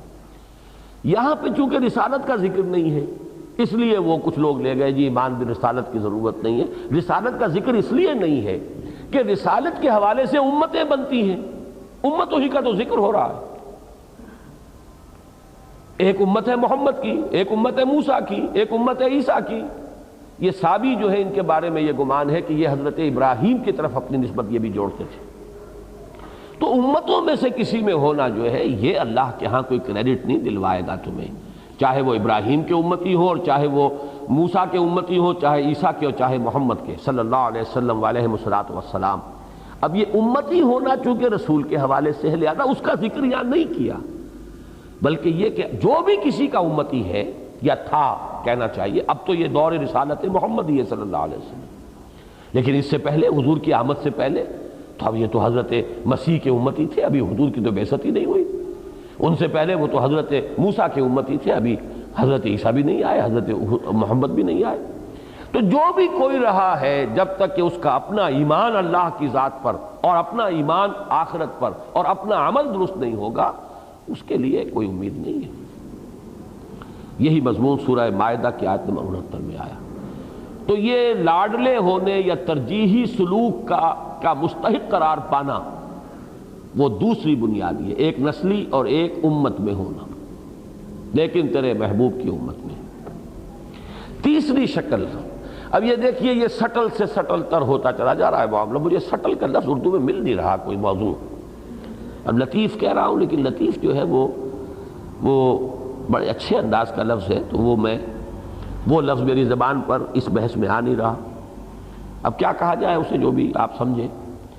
تو اب یہ ذرا لطیف سے لطیف تر ہوتی جا رہی بات، باریک سے باریک تر، جس کا کہ سمجھنا پہچاننا اور مشکل ہو جائے گا۔ آدمی سمجھتا میں تو مانتا ہوں، بعث بعد الموت کو مانتا ہوں، جنت کو مانتا ہوں، دوزخ کو مانتا ہوں، حشر و نشر کو مانتا ہوں، وزن اعمال کو مانتا ہوں، سب مانتا ہوں، لیکن جب یہ چیز شامل کر لی تو ایک زیرو سے بڑی رقم ضرب کھا جائے زیرو ہو جائے گی۔ آخری جو ہے سب سے لطیف اس پیرائے میں، یعنی اللہ کے چہیتے اور لاڈلے ہونے کا، یہ ہے دنیا میں اپنی مرفہ الحالی کو دلیل بنانا کہ ہم اللہ کے چہیتے ہیں۔ دیکھو اللہ نے ہمیں نعمتیں دی ہیں، اللہ نے ہمیں دولت دی ہے، ہمیں جائیداد دی ہے، ہمیں دنیا میں عزت دی ہے، ہمیں اولاد دی ہے، آخر اللہ نے دی ہے نا بھائی، کسی اور نے تو نہیں دی۔ جب تمہیں نہیں دی ہمیں دی، اس کا مطلب یہ کہ ہم چہیتے ہیں اس کی نگاہ کرم ہم پر ہے، تبھی تو اس نے دیا ہے۔ لہذا وہ نگاہ کرم جو ہے کہاں چلی جائے گی اس کی؟ اگر آج ہم اس کے پسندیدہ لوگ ہیں تو آخر آخرت میں بھی ہمیں وہ پسند کرے گا، ہمیں دے گا۔ تم وہاں پر بھی جوٹیاں پٹخارو گے اور تمہارا وہاں بھی کچھ نہیں حال ہوگا، اس لیے کہ چونکہ دنیا میں تم ذلیل و خوار ہو، تم مفلوق الحال ہو، ایک مرفع الحال ہے، ایک مفلوق الحال ہے۔ دنیا میں اللہ نے تمہیں مفلوق الحال رکھا ہے، ہمیں مرفع الحال رکھا ہے، ہمیں خوشحال رکھا ہے، تو ہم اللہ کے پسندیدہ ہیں، لہذا آخرت میں بھی ہمیں ملے گا۔ یہ ہے جو سورہ کہف میں پورا ایک رکوع آیا ہے اصل میں، جو اس کا رکوع نمبر 6 ہے، رکوع نمبر 5، اس کا مرکزی مضمون یہی۔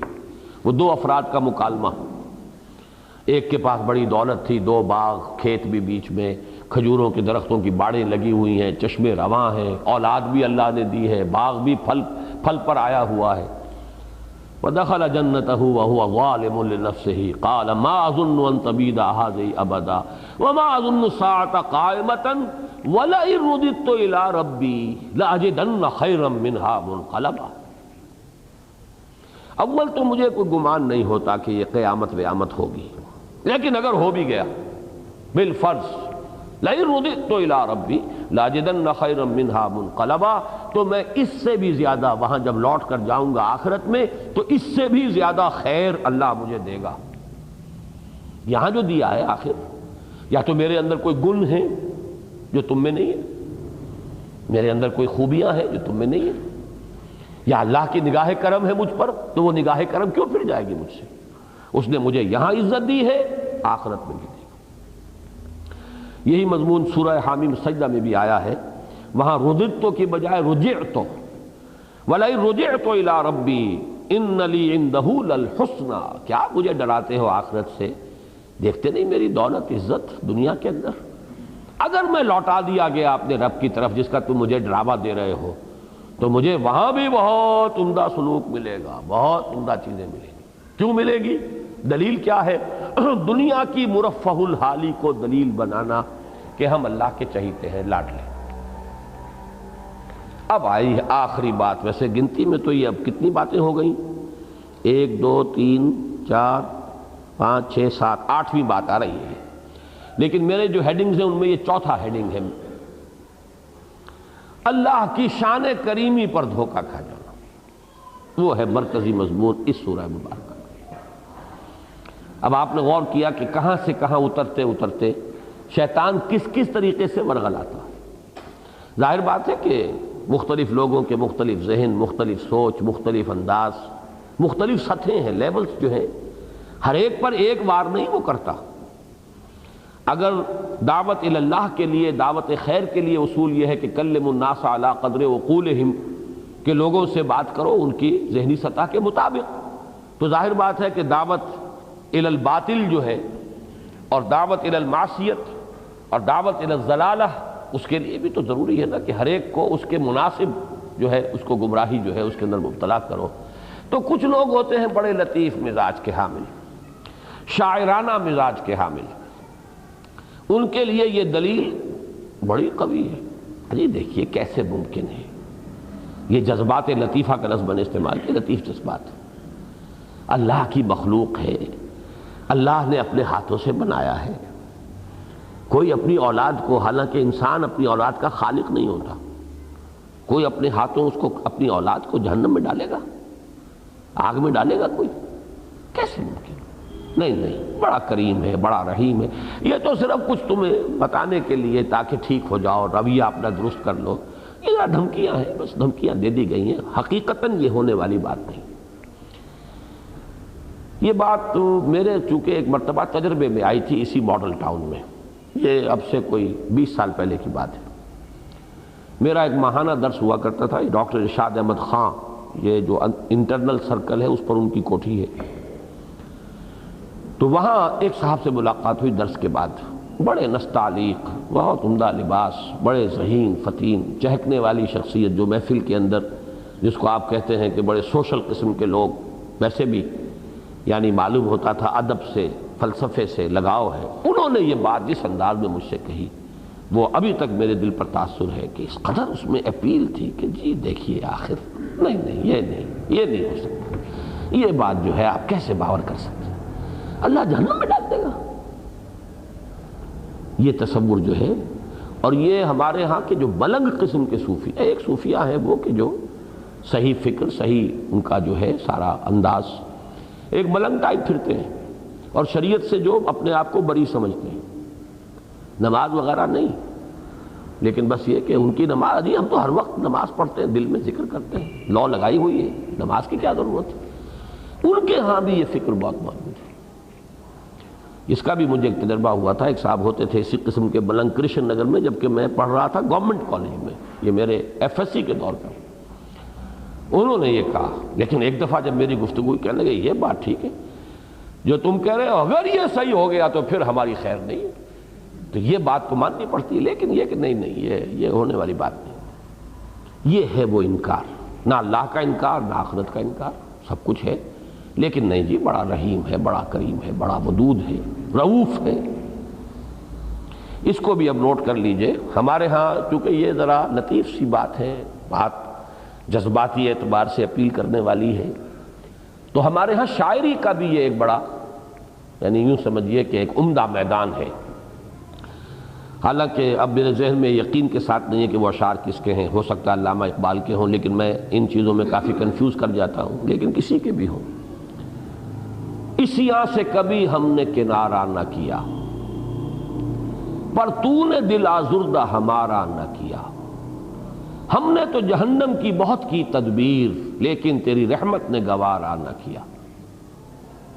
شعر بڑے اچھے، ایک دفعہ آدمی واہ واہ کہے گا، کیا کہنے، کیا عمدہ خیال باندھا ہے، کیا عمدہ بات کہی ہے، لیکن یہ سارا در حقیقت کہاں اس کی عزت پڑ رہی ہے؟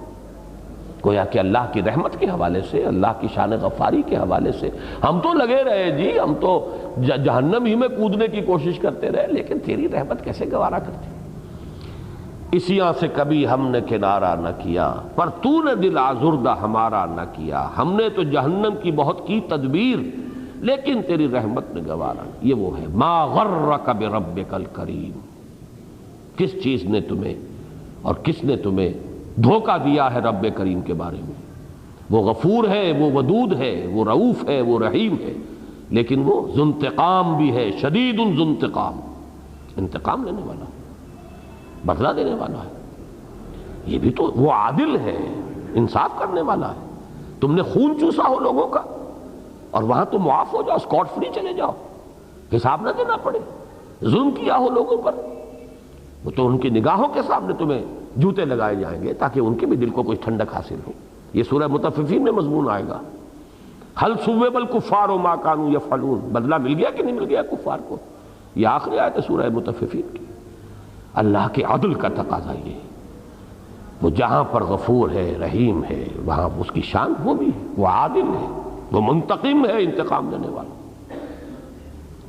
یہ جو اسی لیے جو درمیانی شکل ہے بین الخوف والرجاء، امید بھی رہنی چاہیے اس کی غفاری کے حوالے سے، لیکن خوف رہنا چاہیے اس کی گرفت کے حوالے سے، اس کی پکڑ۔ ان بطش ربک لشدید انہ هو یبدئ ویعید وهو الغفور الودود ذو العرش المجید فعال لما یرید۔ اس کی دونوں شانیں موجود ہیں، تو اس کو نوٹ کیجئے۔ یہ ہے در حقیقت، اس میں بھی نوٹ کر لیں کہ سورہ لقمان اور سورہ فاطر میں ایک ہی آیت آئی ہے بغیر کسی شوشے کے فرق کے۔ فلا تغرنکم الحیات الدنیا ولا یغرنکم باللہ الغرور۔ دیکھنا لوگوں تمہیں دھوکے میں نہ ڈال دے دنیا کی زندگی۔ وما الحیات الدنیا الا متاع الغرور، غین کے پیش کے ساتھ غرور اور غین کے زبر کے ساتھ غرور میں بڑا فرق ہو گیا۔ وہ مصدر ہے غرور، اور یہ جو ہے یہ فعول کے وزن پر، یہ مبالغے کا صیغہ ہے، بہت زیادہ دھوکے باز۔ شکور کے وزن پر فعول، اس کے وزن پر یہ غرور، بہت بڑا دھوکے باز۔ دیکھو تمہیں دھوکے میں نہ ڈال دے دنیا کی زندگی، اور تمہیں دھوکہ نہ دینے پائے، اللہ پر جری کر دے، اس کے حلم پر، اس کی مغفرت اور اس کی شان غفاری کے حوالے سے تمہیں جری کر دے کہ تم معصیت کرو اور اس کے احکام کو توڑو اور حرام خوریاں کرو اور ظلم کرو اور لوگوں کے خون چوسو، ان کے حقوق سلب کرو۔ فلا تغرنکم الحیات الدنیا ولا یغرنکم باللہ الغرور۔ اور یہی مضمون آ چکا ہے سورہ حدید میں، نفاق کے جو درجے آئے ہیں درجہ بدرجہ۔ یقیناً تم ہمارے ساتھ تھے، اہل جنت کہیں گے اس وقت، بلا ولکنکم فتنتم انفسکم وتربصتم وارتبتم وغرتکم الامانی حتی جاء امر اللہ وغرکم باللہ الغرور۔ میں حیران ہوا ہوں آج یہ دیکھ کر کہ جدید ہمارے مفسرین بشمول مولانا اصلاحی اور مولانا مودودی دونوں، اس نقطے کی طرف ان کا ذہن منتقل ہی نہیں ہوا۔ انہوں نے دھوکے کو کسی اور انداز میں تعبیر کیا ہے، لیکن الحمدللہ مولانا شبیر احمد عثمانی کے حواشی میں یہ بات، تم کہیں اللہ کی شان حلیمی کے حوالے سے جری نہ ہو جانا۔ اسی لیے مجھے آج ایسا اطمینان ہوا کہ میں مشورہ دیا کرتا ہوں کہ تفہیم القرآن چونکہ اس میں ایک تحریکی تصور ہے دین کا، حرکی تصور، تو وہ پڑھنی چاہیے، لیکن بعض پہلو جو اس کے ڈیفیشنٹ ہیں ان کی تکمیل کے لیے یہ شبیر احمد عثمانی رحمۃ اللہ علیہ کے حواشی کو بھی لازماً ساتھ پڑھنا چاہیے۔ ایک تو یہ باطنی حقائق جو ہیں جن کو ہم ایک لفظ تصوف کے حوالے سے عام طور پر جمع کر دیتے ہیں، لیکن وہ تو دین کے باطنی حقائق ہیں، ایمان کی باطنی کیفیات ہیں، ان کا بھی جو آپ کو معاملہ ملے گا وہاں وہ یہاں نہیں ملے گا۔ خارجی اس کی کیفیات، اسلام کا ایک خارجی تصور، ایک حرکی تصور، یہ یہاں ملے گا وہ وہاں نہیں ہے، تو ظاہر بات ہے کوئی تفسیر کامل نہیں ہو سکتی۔ قرآن کامل ہے، تفسیر کوئی کامل نہیں ہو سکتی۔ تفسیر تو در حقیقت ایک مفسر ہے جو دیکھ رہا ہے قرآن کو، اور اس میں اس کا اپنا ایک ذوق، اپنی ایک ترجیحات، اپنی سوچ جو ہے وہ لازماً اس پر اثر انداز ہوتے ہیں۔ جیسے کہتے ہیں کہ ایبسولوٹ آبجیکٹیوٹی از امپاسبل، کچھ نہ کچھ سبجیکٹیوٹی داخل ہو جاتی ہے، آپ کے اپنے تصورات، آپ کا انداز. اور سادہ ترین مثال تو یہ کہ یہ میز ہے، ایک ہی شے ہے، ادھر جو بیٹھے ہوئے ہیں ان کی نگاہ میں اس کی کوئی اور تصویر بن رہی ہے ان کے ریٹنا پر، وہ تو یہ سائڈ سامنے آ رہا ہے. اسی کا ادھر جو بیٹھے ہیں ان کے ریٹنا پر، ان کا وہ جو حساس پردہ ہے آنکھ کا، اس پر تصویر مختلف بن رہی ہے. سامنے والوں کا کچھ اور ہے، شے ایک ہی ہے. تو یہ تو اینگلز آف ویو ہیں کہ جن سے انسان اس شے کو دیکھتا ہے. تو کچھ چیزیں زیادہ نمایاں ہو گئیں، کچھ نظر نہیں آئیں گی. انہیں یہ سائڈ نظر آ رہا ہے، یہ نظر نہیں آ رہا. انہیں یہ نظر آ رہا ہے، یہ نظر نہیں آ رہا. سامنے والوں کو یہ نظر آ رہا ہے، کچھ تھوڑی تھوڑی جھلک جو ہے دونوں سائڈز کی بھی نظر آ جائے گی.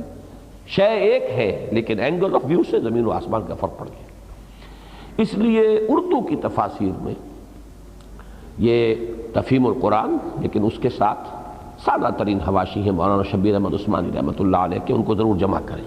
تو میں یہاں تو آج خاص طور پہ مجھے یہ ساری بات اس لیے اس زبان پر آ گئی کہ مجھے بڑا یعنی ایک ہوا احساس کہ عجیب بات ہے، یہ غرہ کے بعد با کا حرف آیا ہے. غرہ با، ایک ہے غرہ بغیر اس کے، ایک یہ ہے کہ اللہ کے مقابلے میں دھوکہ دے دینا. وہاں تو کہیں علا ہوتا یا ان ہوتا، یہاں ہے تعدیہ جو ہوا ہے، اس کو جو متعدی بنایا گیا ہے حرف با سے بنایا گیا، پراپوزیشن چینج ہوا. لہذا اس کے حوالے سے کوئی بحث نہیں کی. میں حیران ہوں. تو ما غرک بے ربک الکریم ولا یغرنکم باللہ الغرور وغرکم باللہ الغرور. یہ جو الفاظ ہیں با کے ساتھ کسی شے کے حوالے سے کوئی دھوکہ دینا. اور ان تینوں آیات میں یہ مضمون جو ہے، یہ ایک میں کسی درجے میں یعنی سمجھوں گا کہ اگر کسی کا ذہن ادھر نہیں گیا تو اس کے لیے کوئی جواز ہے. یہاں آ کر مضمون کھلا ما غرک بربک الکریم، وہاں صرف غرک باللہ آیا ہے، ولا یغرنکم باللہ الغرور 2 مرتبہ سورہ لقمان اور سورہ فاطر میں.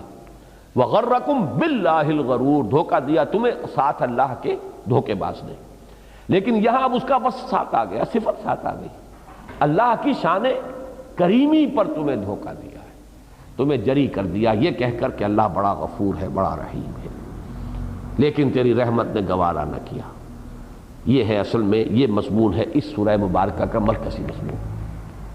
یا ایھا الانسان ما غرک بربک الکریم الذی خلقک فسواک فعدلک. تمہارا وہ رب کریم، اس کی جہاں ایک شان ہے کریمی، وہاں یہ 3 شانیں بھی تو نوٹ کرو. جس نے تمہیں پیدا کیا، تخلیق فرمائی، تسویہ کیا، نوک پلک سنواری، وعدلک، اور تمہارے اندر اعتدال پیدا کیا، توازن پیدا کیا. لفظ عدل جان بوجھ کر لائیں یہاں. باقی مقامات پر سورۃ الاعلیٰ میں ہم پڑھیں گے سبح اسم ربک الاعلی الذی خلق فسوی والذی قدر فہدی، اور وہ اہم ترین مقام ہے اس موضوع پر.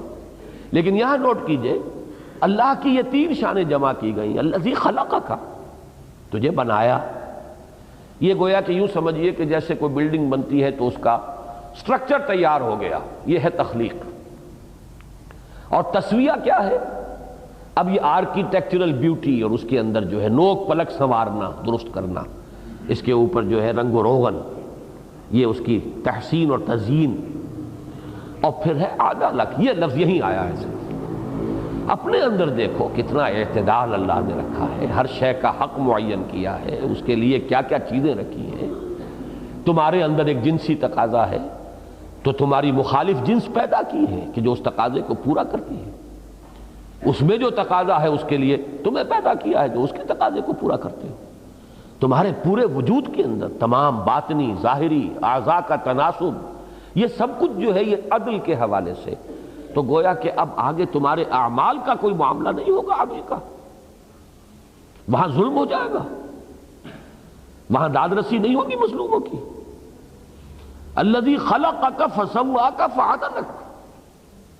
اور دوسری شان اس کی، بلکہ ابھی اس کی یہ 4تھی شان، فی ای صورت ما شاء رکبک. یہ ہے اللہ کی قدرت کاملہ، جس صورت میں اس نے تمہیں چاہا جوڑ دیا. یہ رکبہ یرکب ترکیباً، اجزاء سے کسی شے کو جوڑ کر بنا دینا. ترکیب، مرکب شے، ایک مفرد شے ہوتی ہے، ایک ہی شے، ایک مرکب ہے، اس کو آپ نے جوڑا ہے۔ تمہیں جس شکل میں چاہا جوڑ دیا۔ کسی کی آنکھ چھوٹی بنا دی، روتا پھرے کہتا پھرے کیوں بنا دیا مجھے، آنکھ چھوٹی ہے۔ کسی کو رنگ گورا دے دیا، کسی کو کالا دے دیا، کسی کو ناک جو ہے کوئی ایسی دے دی کہ جو بہت اچھی نہیں لگتی، لیکن جس شکل میں اس نے چاہا جوڑ دیا، جو رنگت چاہی بنائی، جو نقشہ چاہا بنا۔ یہ ہے اللہ کی وہ قدرت کاملہ کہ تم اس کے کنٹرول میں ہو۔ جب تمہاری یہ تخلیق جو ہے، اس کی ایک ایک شے اس کے اختیار میں، تمہارے چوائس پر تو ہے ہی نہیں۔ کتنے ہی لوگ چیختے ہوں گے اپنے دل کے اندر ہی اندر کہ ہمیں کیوں نہیں یورپ میں پیدا کیا، یہاں پیدا کر دیا۔ کوئی سوچتا ہوگا ہمیں یہ بلیک کانٹیننٹ میں پیدا کر دیا، افریقہ کے اندر، آخر ان میں کیا سرخاب کے پر تھے، انہیں وہاں پیدا کر دیا، ہمیں یہاں پیدا کر دیا۔ تو وہ تو اللہ کی طرف سے ہے۔ اس کا تصور کرو، گویا کہ قدرت اور ادھر عدل، یہ دو چیزیں ہیں جن کو آپ جمع کریں گے تو وہ آخرت ہے۔ قدرت کے حوالے سے وہ جو تمہارے دل میں خیال آ سکتا ہے کیسے ممکن ہوگا، اس کا ازالہ ہو جائے گا۔ اور عدل، وہ عادل ہے۔ تو قادر و عادل ہے مگر تیرے جہاں میں ہے تلخ بہت بندہ مزدور کے اوقات۔ وہ قادر ہے اور عادل ہے۔ یہ قادر و عادل میں سمجھتا ہوں کہ بہت خوبصورت ترکیب ہے۔ ان دو آیتوں کا جو مفہوم ہے، جو خلاصہ ہے، لب لباب جو ہے، الذی خلقک فسواک فعدلک، یہ ہے عادل ہونا اللہ۔ فی ای صورت ما شاء رکبک، یہ قادر ہونا۔ تو قادر و عادل ہے مگر تیرے جہاں میں ہیں تلخ بہت بندہ مزدور کے اوقات۔ ان دونوں حوالوں سے جو کچھ اور ذہن میں آ سکتی تھی بات، اس کی نفی، اصل شے اب آگے آ رہی ہے۔ کلا بل تکذبون بالدین، یہ کلا کیوں کہا ہے اور بل کیوں کہا ہے؟ یہ چونکہ سٹل انداز ہے، ظاہری انداز نہیں ہے آخرت کے انکار کا۔ حقیقت یہ ہے نہیں، بلکہ اصل بات یہ ہے کہ تم جزا و سزا کا انکار کر رہے ہو۔ یہ تم اللہ کی مدح نہیں کر رہے، یہ تو اللہ کی مدح، اس کی شان غفاری، اس کی شان رحیمی، بہت ہی عمدہ الفاظ، بڑا مضمون پیارا، بہت ہی اس کو آپ اشعار میں باندھ لیجئے، لیکن یہ حقیقت کیا ہے؟ یہ تو ملبہ ہے اوپر کا۔ اصل شے یہ ہے کہ بل کلا بل تکذبون بالدین، تم جزا و سزا کو جھٹلا رہے۔ تکذبون کا لفظ ہے، اس لیے کہ میں نے عرض کیا تھا کہ ایک تکذیب تو وہ ہے نہیں کوئی زندگی نہیں ہے، ما ہی الا حیاتنا الدنیا ان ہی الا حیاتنا الدنیا نموت و نحیا۔ کیسے ممکن ہے؟ ناممکن ہے، ایسے ہی خیال کیسے ممکن ہے؟ ریزہ ریزہ ہو جائیں گے۔ اذا مزقتم کل ممزق اذا کنا عظاما نخرا، جبکہ گلی سڑی ہڈیاں رہ جائیں گے، کچھ بھی نہیں ہوگا۔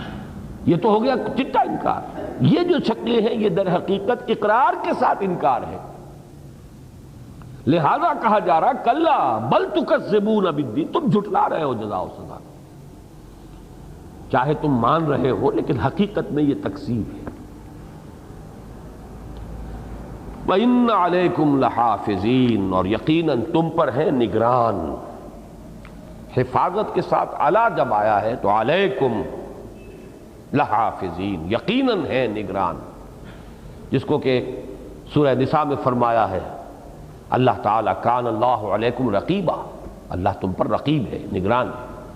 اللہ کی طرف سے اس کے یہ فرشتے جو ہے کرامن کاتبین، بہت باعزت۔ اب حضرت جبرائیل کی شان تو پچھلی صورت میں آ چکی، وہ جو ہم پڑھ چکے ہیں، انہ لقول رسول کریم ذی قوت عند ذی العرش مکین مطاع ثم امین۔ یہاں پر اب وہ جمع کرامن کاتبین۔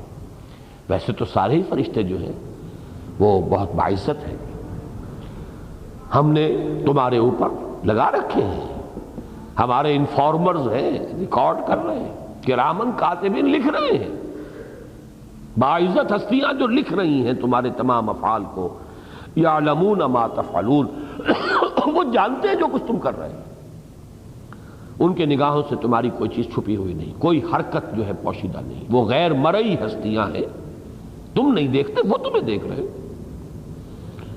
کلا بل تکذبون بالدین وان علیکم لحافظین کرامن کاتبین۔ اب اس میں ایک خاص کیفیت پیدا کی گئی ہے، ایک طرح کا طنز ہے اس میں۔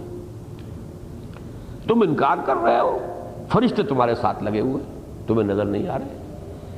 یہ ایسے ہی جیسا کوئی شخص نہایت ڈھٹائی کے اندر جو ہے وہ بڑکے مار رہا ہو اور کوئی دوسرا شخص دیکھ رہا ہو کہ پیچھے پستول لیے ایک شخص کھڑا ہوا ہے اس کے. اب اس کے سامنے اسے معلوم نہیں ہے پستول لیے کھڑا ہوا ہے، یہ بڑکے مار رہا ہے، اور حقیقت یہ کہ موت جو ہے اس کے اتنی قریب آ چکی ہے. تو وہ انداز کلا بل تکذبون بالدین وان علیکم لحافظین کراما کاتبین یعلمون ما تفعلون. تم انکار کر رہے ہو، اور انکار بھی صاف نہیں کر رہے، بڑا ہی چھپا ہوا انکار، اور تم پر نگران ہیں فرشتے باعزت ہستیاں جو لکھنے والی ہیں، جانتے ہیں جو کچھ تم کر رہے ہو. اس کا نتیجہ کیا نکلے گا؟ ان الابرار لفی نعیم. یہاں سے اب نوٹ کیجئے سورہ تکویر ختم ہو گئی تھی ما احضرت پر، اس کے بعد دوسری شے آئی تھی انکار وحی کا یا وحی کو مشتبہ بنا دینا. لیکن یہاں وہ مضمون اب آگے چل رہا ہے. وہ علمت نفس ما احضرت، اور یہاں علمت نفس ما قدمت واخرت. اس سے آگے اس کا نتیجہ کیا نکلے گا؟ ہر جان جو ہے دیکھ لے گی، اس کے علم میں آ جائے گا کیا اس نے حاضر کیا، کیا عمل کیے، کیا آگے کیا، کیا پیچھے کیا، کیا آگے بھیجا، کیا پیچھے چھوڑا. اس کا نتیجہ کیا ہے؟ ان الابرار لفی نعیم. ابرار نیکوکار یقیناً نعمتوں میں ہوں گے. ابرار کے لفظ پر بھی چونکہ آج فقہ اللغہ کا میں نے حوالہ دیا تھا تو لفظ سمجھ لیجئے. بارارا، بر اور بر اسی سے بنے. اس کا اصل مادہ جو ہے مفہوم کیا ہے؟ دل کو تسکین پہنچے کسی شے سے، دل اڑا اڑا سا ہو، کوئی خوف کی کیفیت ہو، وہ ایک دوسری کیفیت ہے. اور اس کے برعکس دل جمع ہوا ہے، ٹھکا ہوا ہے، جس کو کہا گیا یا ایتھا النفس المطمئنۃ ارجعی الی ربک راضیۃ مرضیہ، سورۃ الفجر. تو سمندر میں جب آدمی ہوتا ہے، بر و بحر سمندر میں جب ہوتا ہے تو ہچکولے ہیں، ایک اندیشہ، ایک سب کانشیس مائنڈ میں خوف سا رہتا ہے. ایک لہر آ گئی، ہچکولا آ گیا. جیسے ہی خشکی پر قدم رکھتا ہے آدمی ایک دم سکون سا محسوس کرتا ہے. اس سے یہ بر کی کیفیت جو ہے اس کو سمجھ لیجیے. اسی طرح نیکی جو ہے وہ بھی در حقیقت انسان کے اندر تسکین بخش، فرحت دینے والی شے. اذا سرت کا حسنتوں کا وساعت کا سیئتوں کا فانت مومن. آپ نے فرمایا صلی اللہ علیہ وسلم کہ جب تمہیں کوئی نیک کام کر کے خوشی ہو، مسرت ہو، انبساط ہو، خوشی محسوس ہو اندر، اور کوئی بری حرکت سرزد ہو جائے تو تمہیں رنج ہو، صدمہ ہو، ملال ہو، یہ کیوں ہو گیا، تو تم مومن ہو، پھر یہ ایمان کی علامت ہے. تو نیکیاں در حقیقت انسان کے لیے، میں نے وہ انگریزی نظم کا بھی بارہا حوالہ دیا، چیریٹی کے نام سے ایک نظم تھی میٹرک کے ہمارے نصاب میں. Charities that soothe and heal and bless are scattered over the feet of man like flowers. انسانوں کے قدموں میں یہ پھول پڑے ہوئے ہیں، پھول کھلے ہیں گلشن گلشن، لیکن اپنا اپنا دامن، جو چاہے ان پھولوں سے اپنا دامن بھر لے.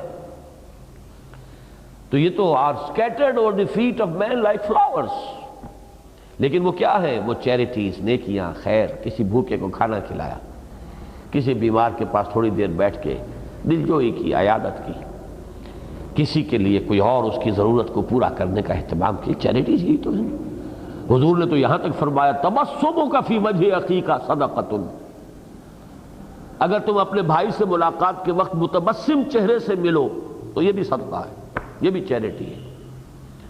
اس لیے کہ تم عبوساً قمطریرہ ہو کر ملو گے، اس کا بھی دل بجھ جائے گا غریب کا کہ پتہ نہیں اس کو میرا آنا ہی برا لگا. اس وقت آپ گئے تھے بڑی اچھی توقعات لے کر دوست سے ملنے جا رہے ہیں، وہ عبوساً قمطریرہ بنا بیٹھا ہوا ہے، تو آپ بھی پچھتائیں گے خام خواہ میں کاہے کو آیا. لیکن اگر وہ خندہ پیشانی جسے آپ کہتے ہیں، خندہ پیشانی سے ملا ہے، آپ کو بھی ایک راحت محسوس ہو.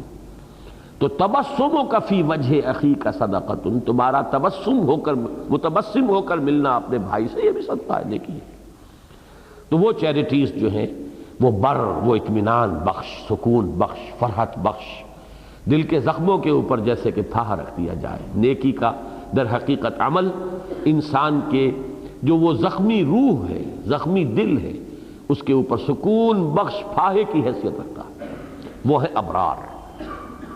یہ بر کی جمع ابرار ہے، بر نیکی اور بر سمندر کے مقابلے میں بحر و بر۔ اب ان میں وہ دیکھیے کیا چیز قدر مشترک ہے۔ ان الابرار لفی نعیم، یقیناً نیکوکار نعمتوں میں ہوں گے۔ اور شاید میں نے پچھلے ہی درس میں یہ آپ کو نوٹ کرایا تھا، حضرت امام ابن تیمیہ رحمۃ اللہ علیہ کا جملہ، ان جنتی معی، میری جنت میرے ساتھ ہے، میرے اندر موجود ہے۔ یہ سکون، یہ اطمینان، یہ فرحت، یہ انبساط، یہی تو اصل جنت ہے۔ وہ جنت میری جو ہے میرے اندر موجود ہے، میرے ساتھ ہے۔ ان جنتی معی، لیکن یہ کہ اسی کا ظہور ہوگا آخرت، وہ نعمتوں کی شکل اختیار کرے، گل و گلزار۔ ان الابرار لفی نعیم و ان الفجار لفی جحیم۔ اب یہ فقہ اللغہ میں فجار کو بھی سمجھیے۔ فاجر کون ہے؟ جمع ہے فاجر کی۔ فاجر کون ہے؟ فجر کے معنی کیا آئے تھے؟ اذا البحار فجرت، پھٹ پڑنا۔ فجر کیا ہے؟ جب رات کا تاریکی کا پردہ پھٹا، سفیدہ سحر نمودار ہوا، یہ فجر ہے۔ تو یہ فاجر کس معنی میں کہا جاتا ہے؟ گناہگار کو، عاصی کو، پھٹتا ہے وہ اندر سے، اس کا جو نفس امارہ ہے وہ سیلف کمپوزڈ نہیں رہتا، اس کا اپنے وجود کے اوپر کنٹرول نہیں ہے، اس کی نفسانی خواہشات پھاڑ دیتی ہیں اس کو۔ یہ فجر ہے در حقیقت۔ اسی لیے حدیث میں الفاظ آئے ہیں اذا خاصم فجرا۔ منافق کی ایک علامت یہ ہے کہ جب بھی کہیں کوئی جھگڑا ہو جائے پھٹ پڑے، ایک دم آتش فشاں کی طرح، جو منہ میں آئے بک دے، اور وہ اپنے اوپر کوئی کنٹرول اس کا جو ہے قائم نہ رہے۔ ایک ہے سیلف کمپوزڈ اور سیلف پوزیسڈ۔ آج کچھ چیزیں بڑی پرانی مجھے یاد آ رہی ہیں۔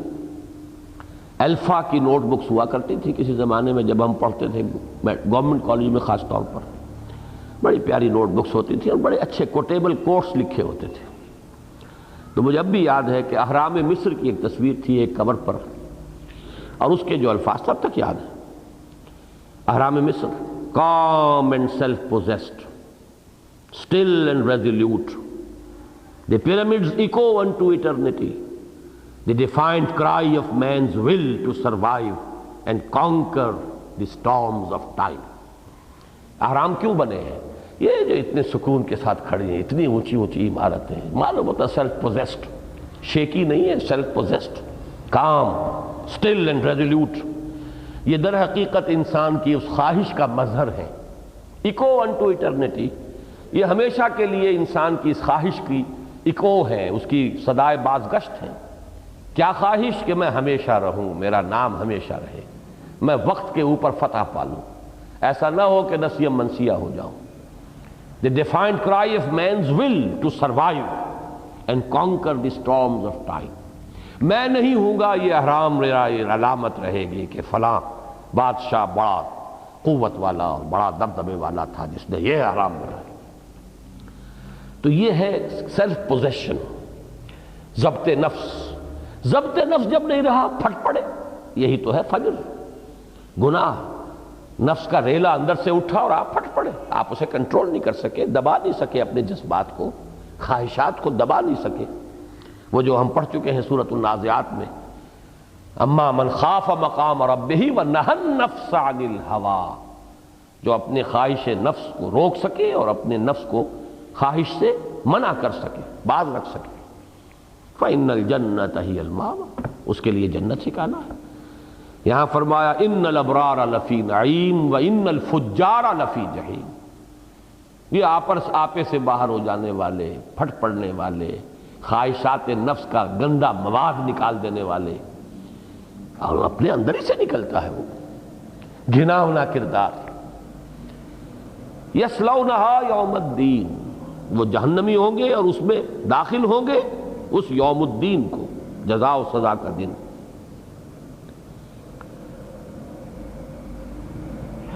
وما ہم عنہا بغائبین، اور پھر وہ اس سے غائب ہونے والے نہیں ہوں گے۔ کہیں کہا گیا مخرجین، وہ وہاں سے پھر نکل نہیں جائیں گے، نکالے نہیں جائیں گے، نکلنے کا کوئی سوال نہیں۔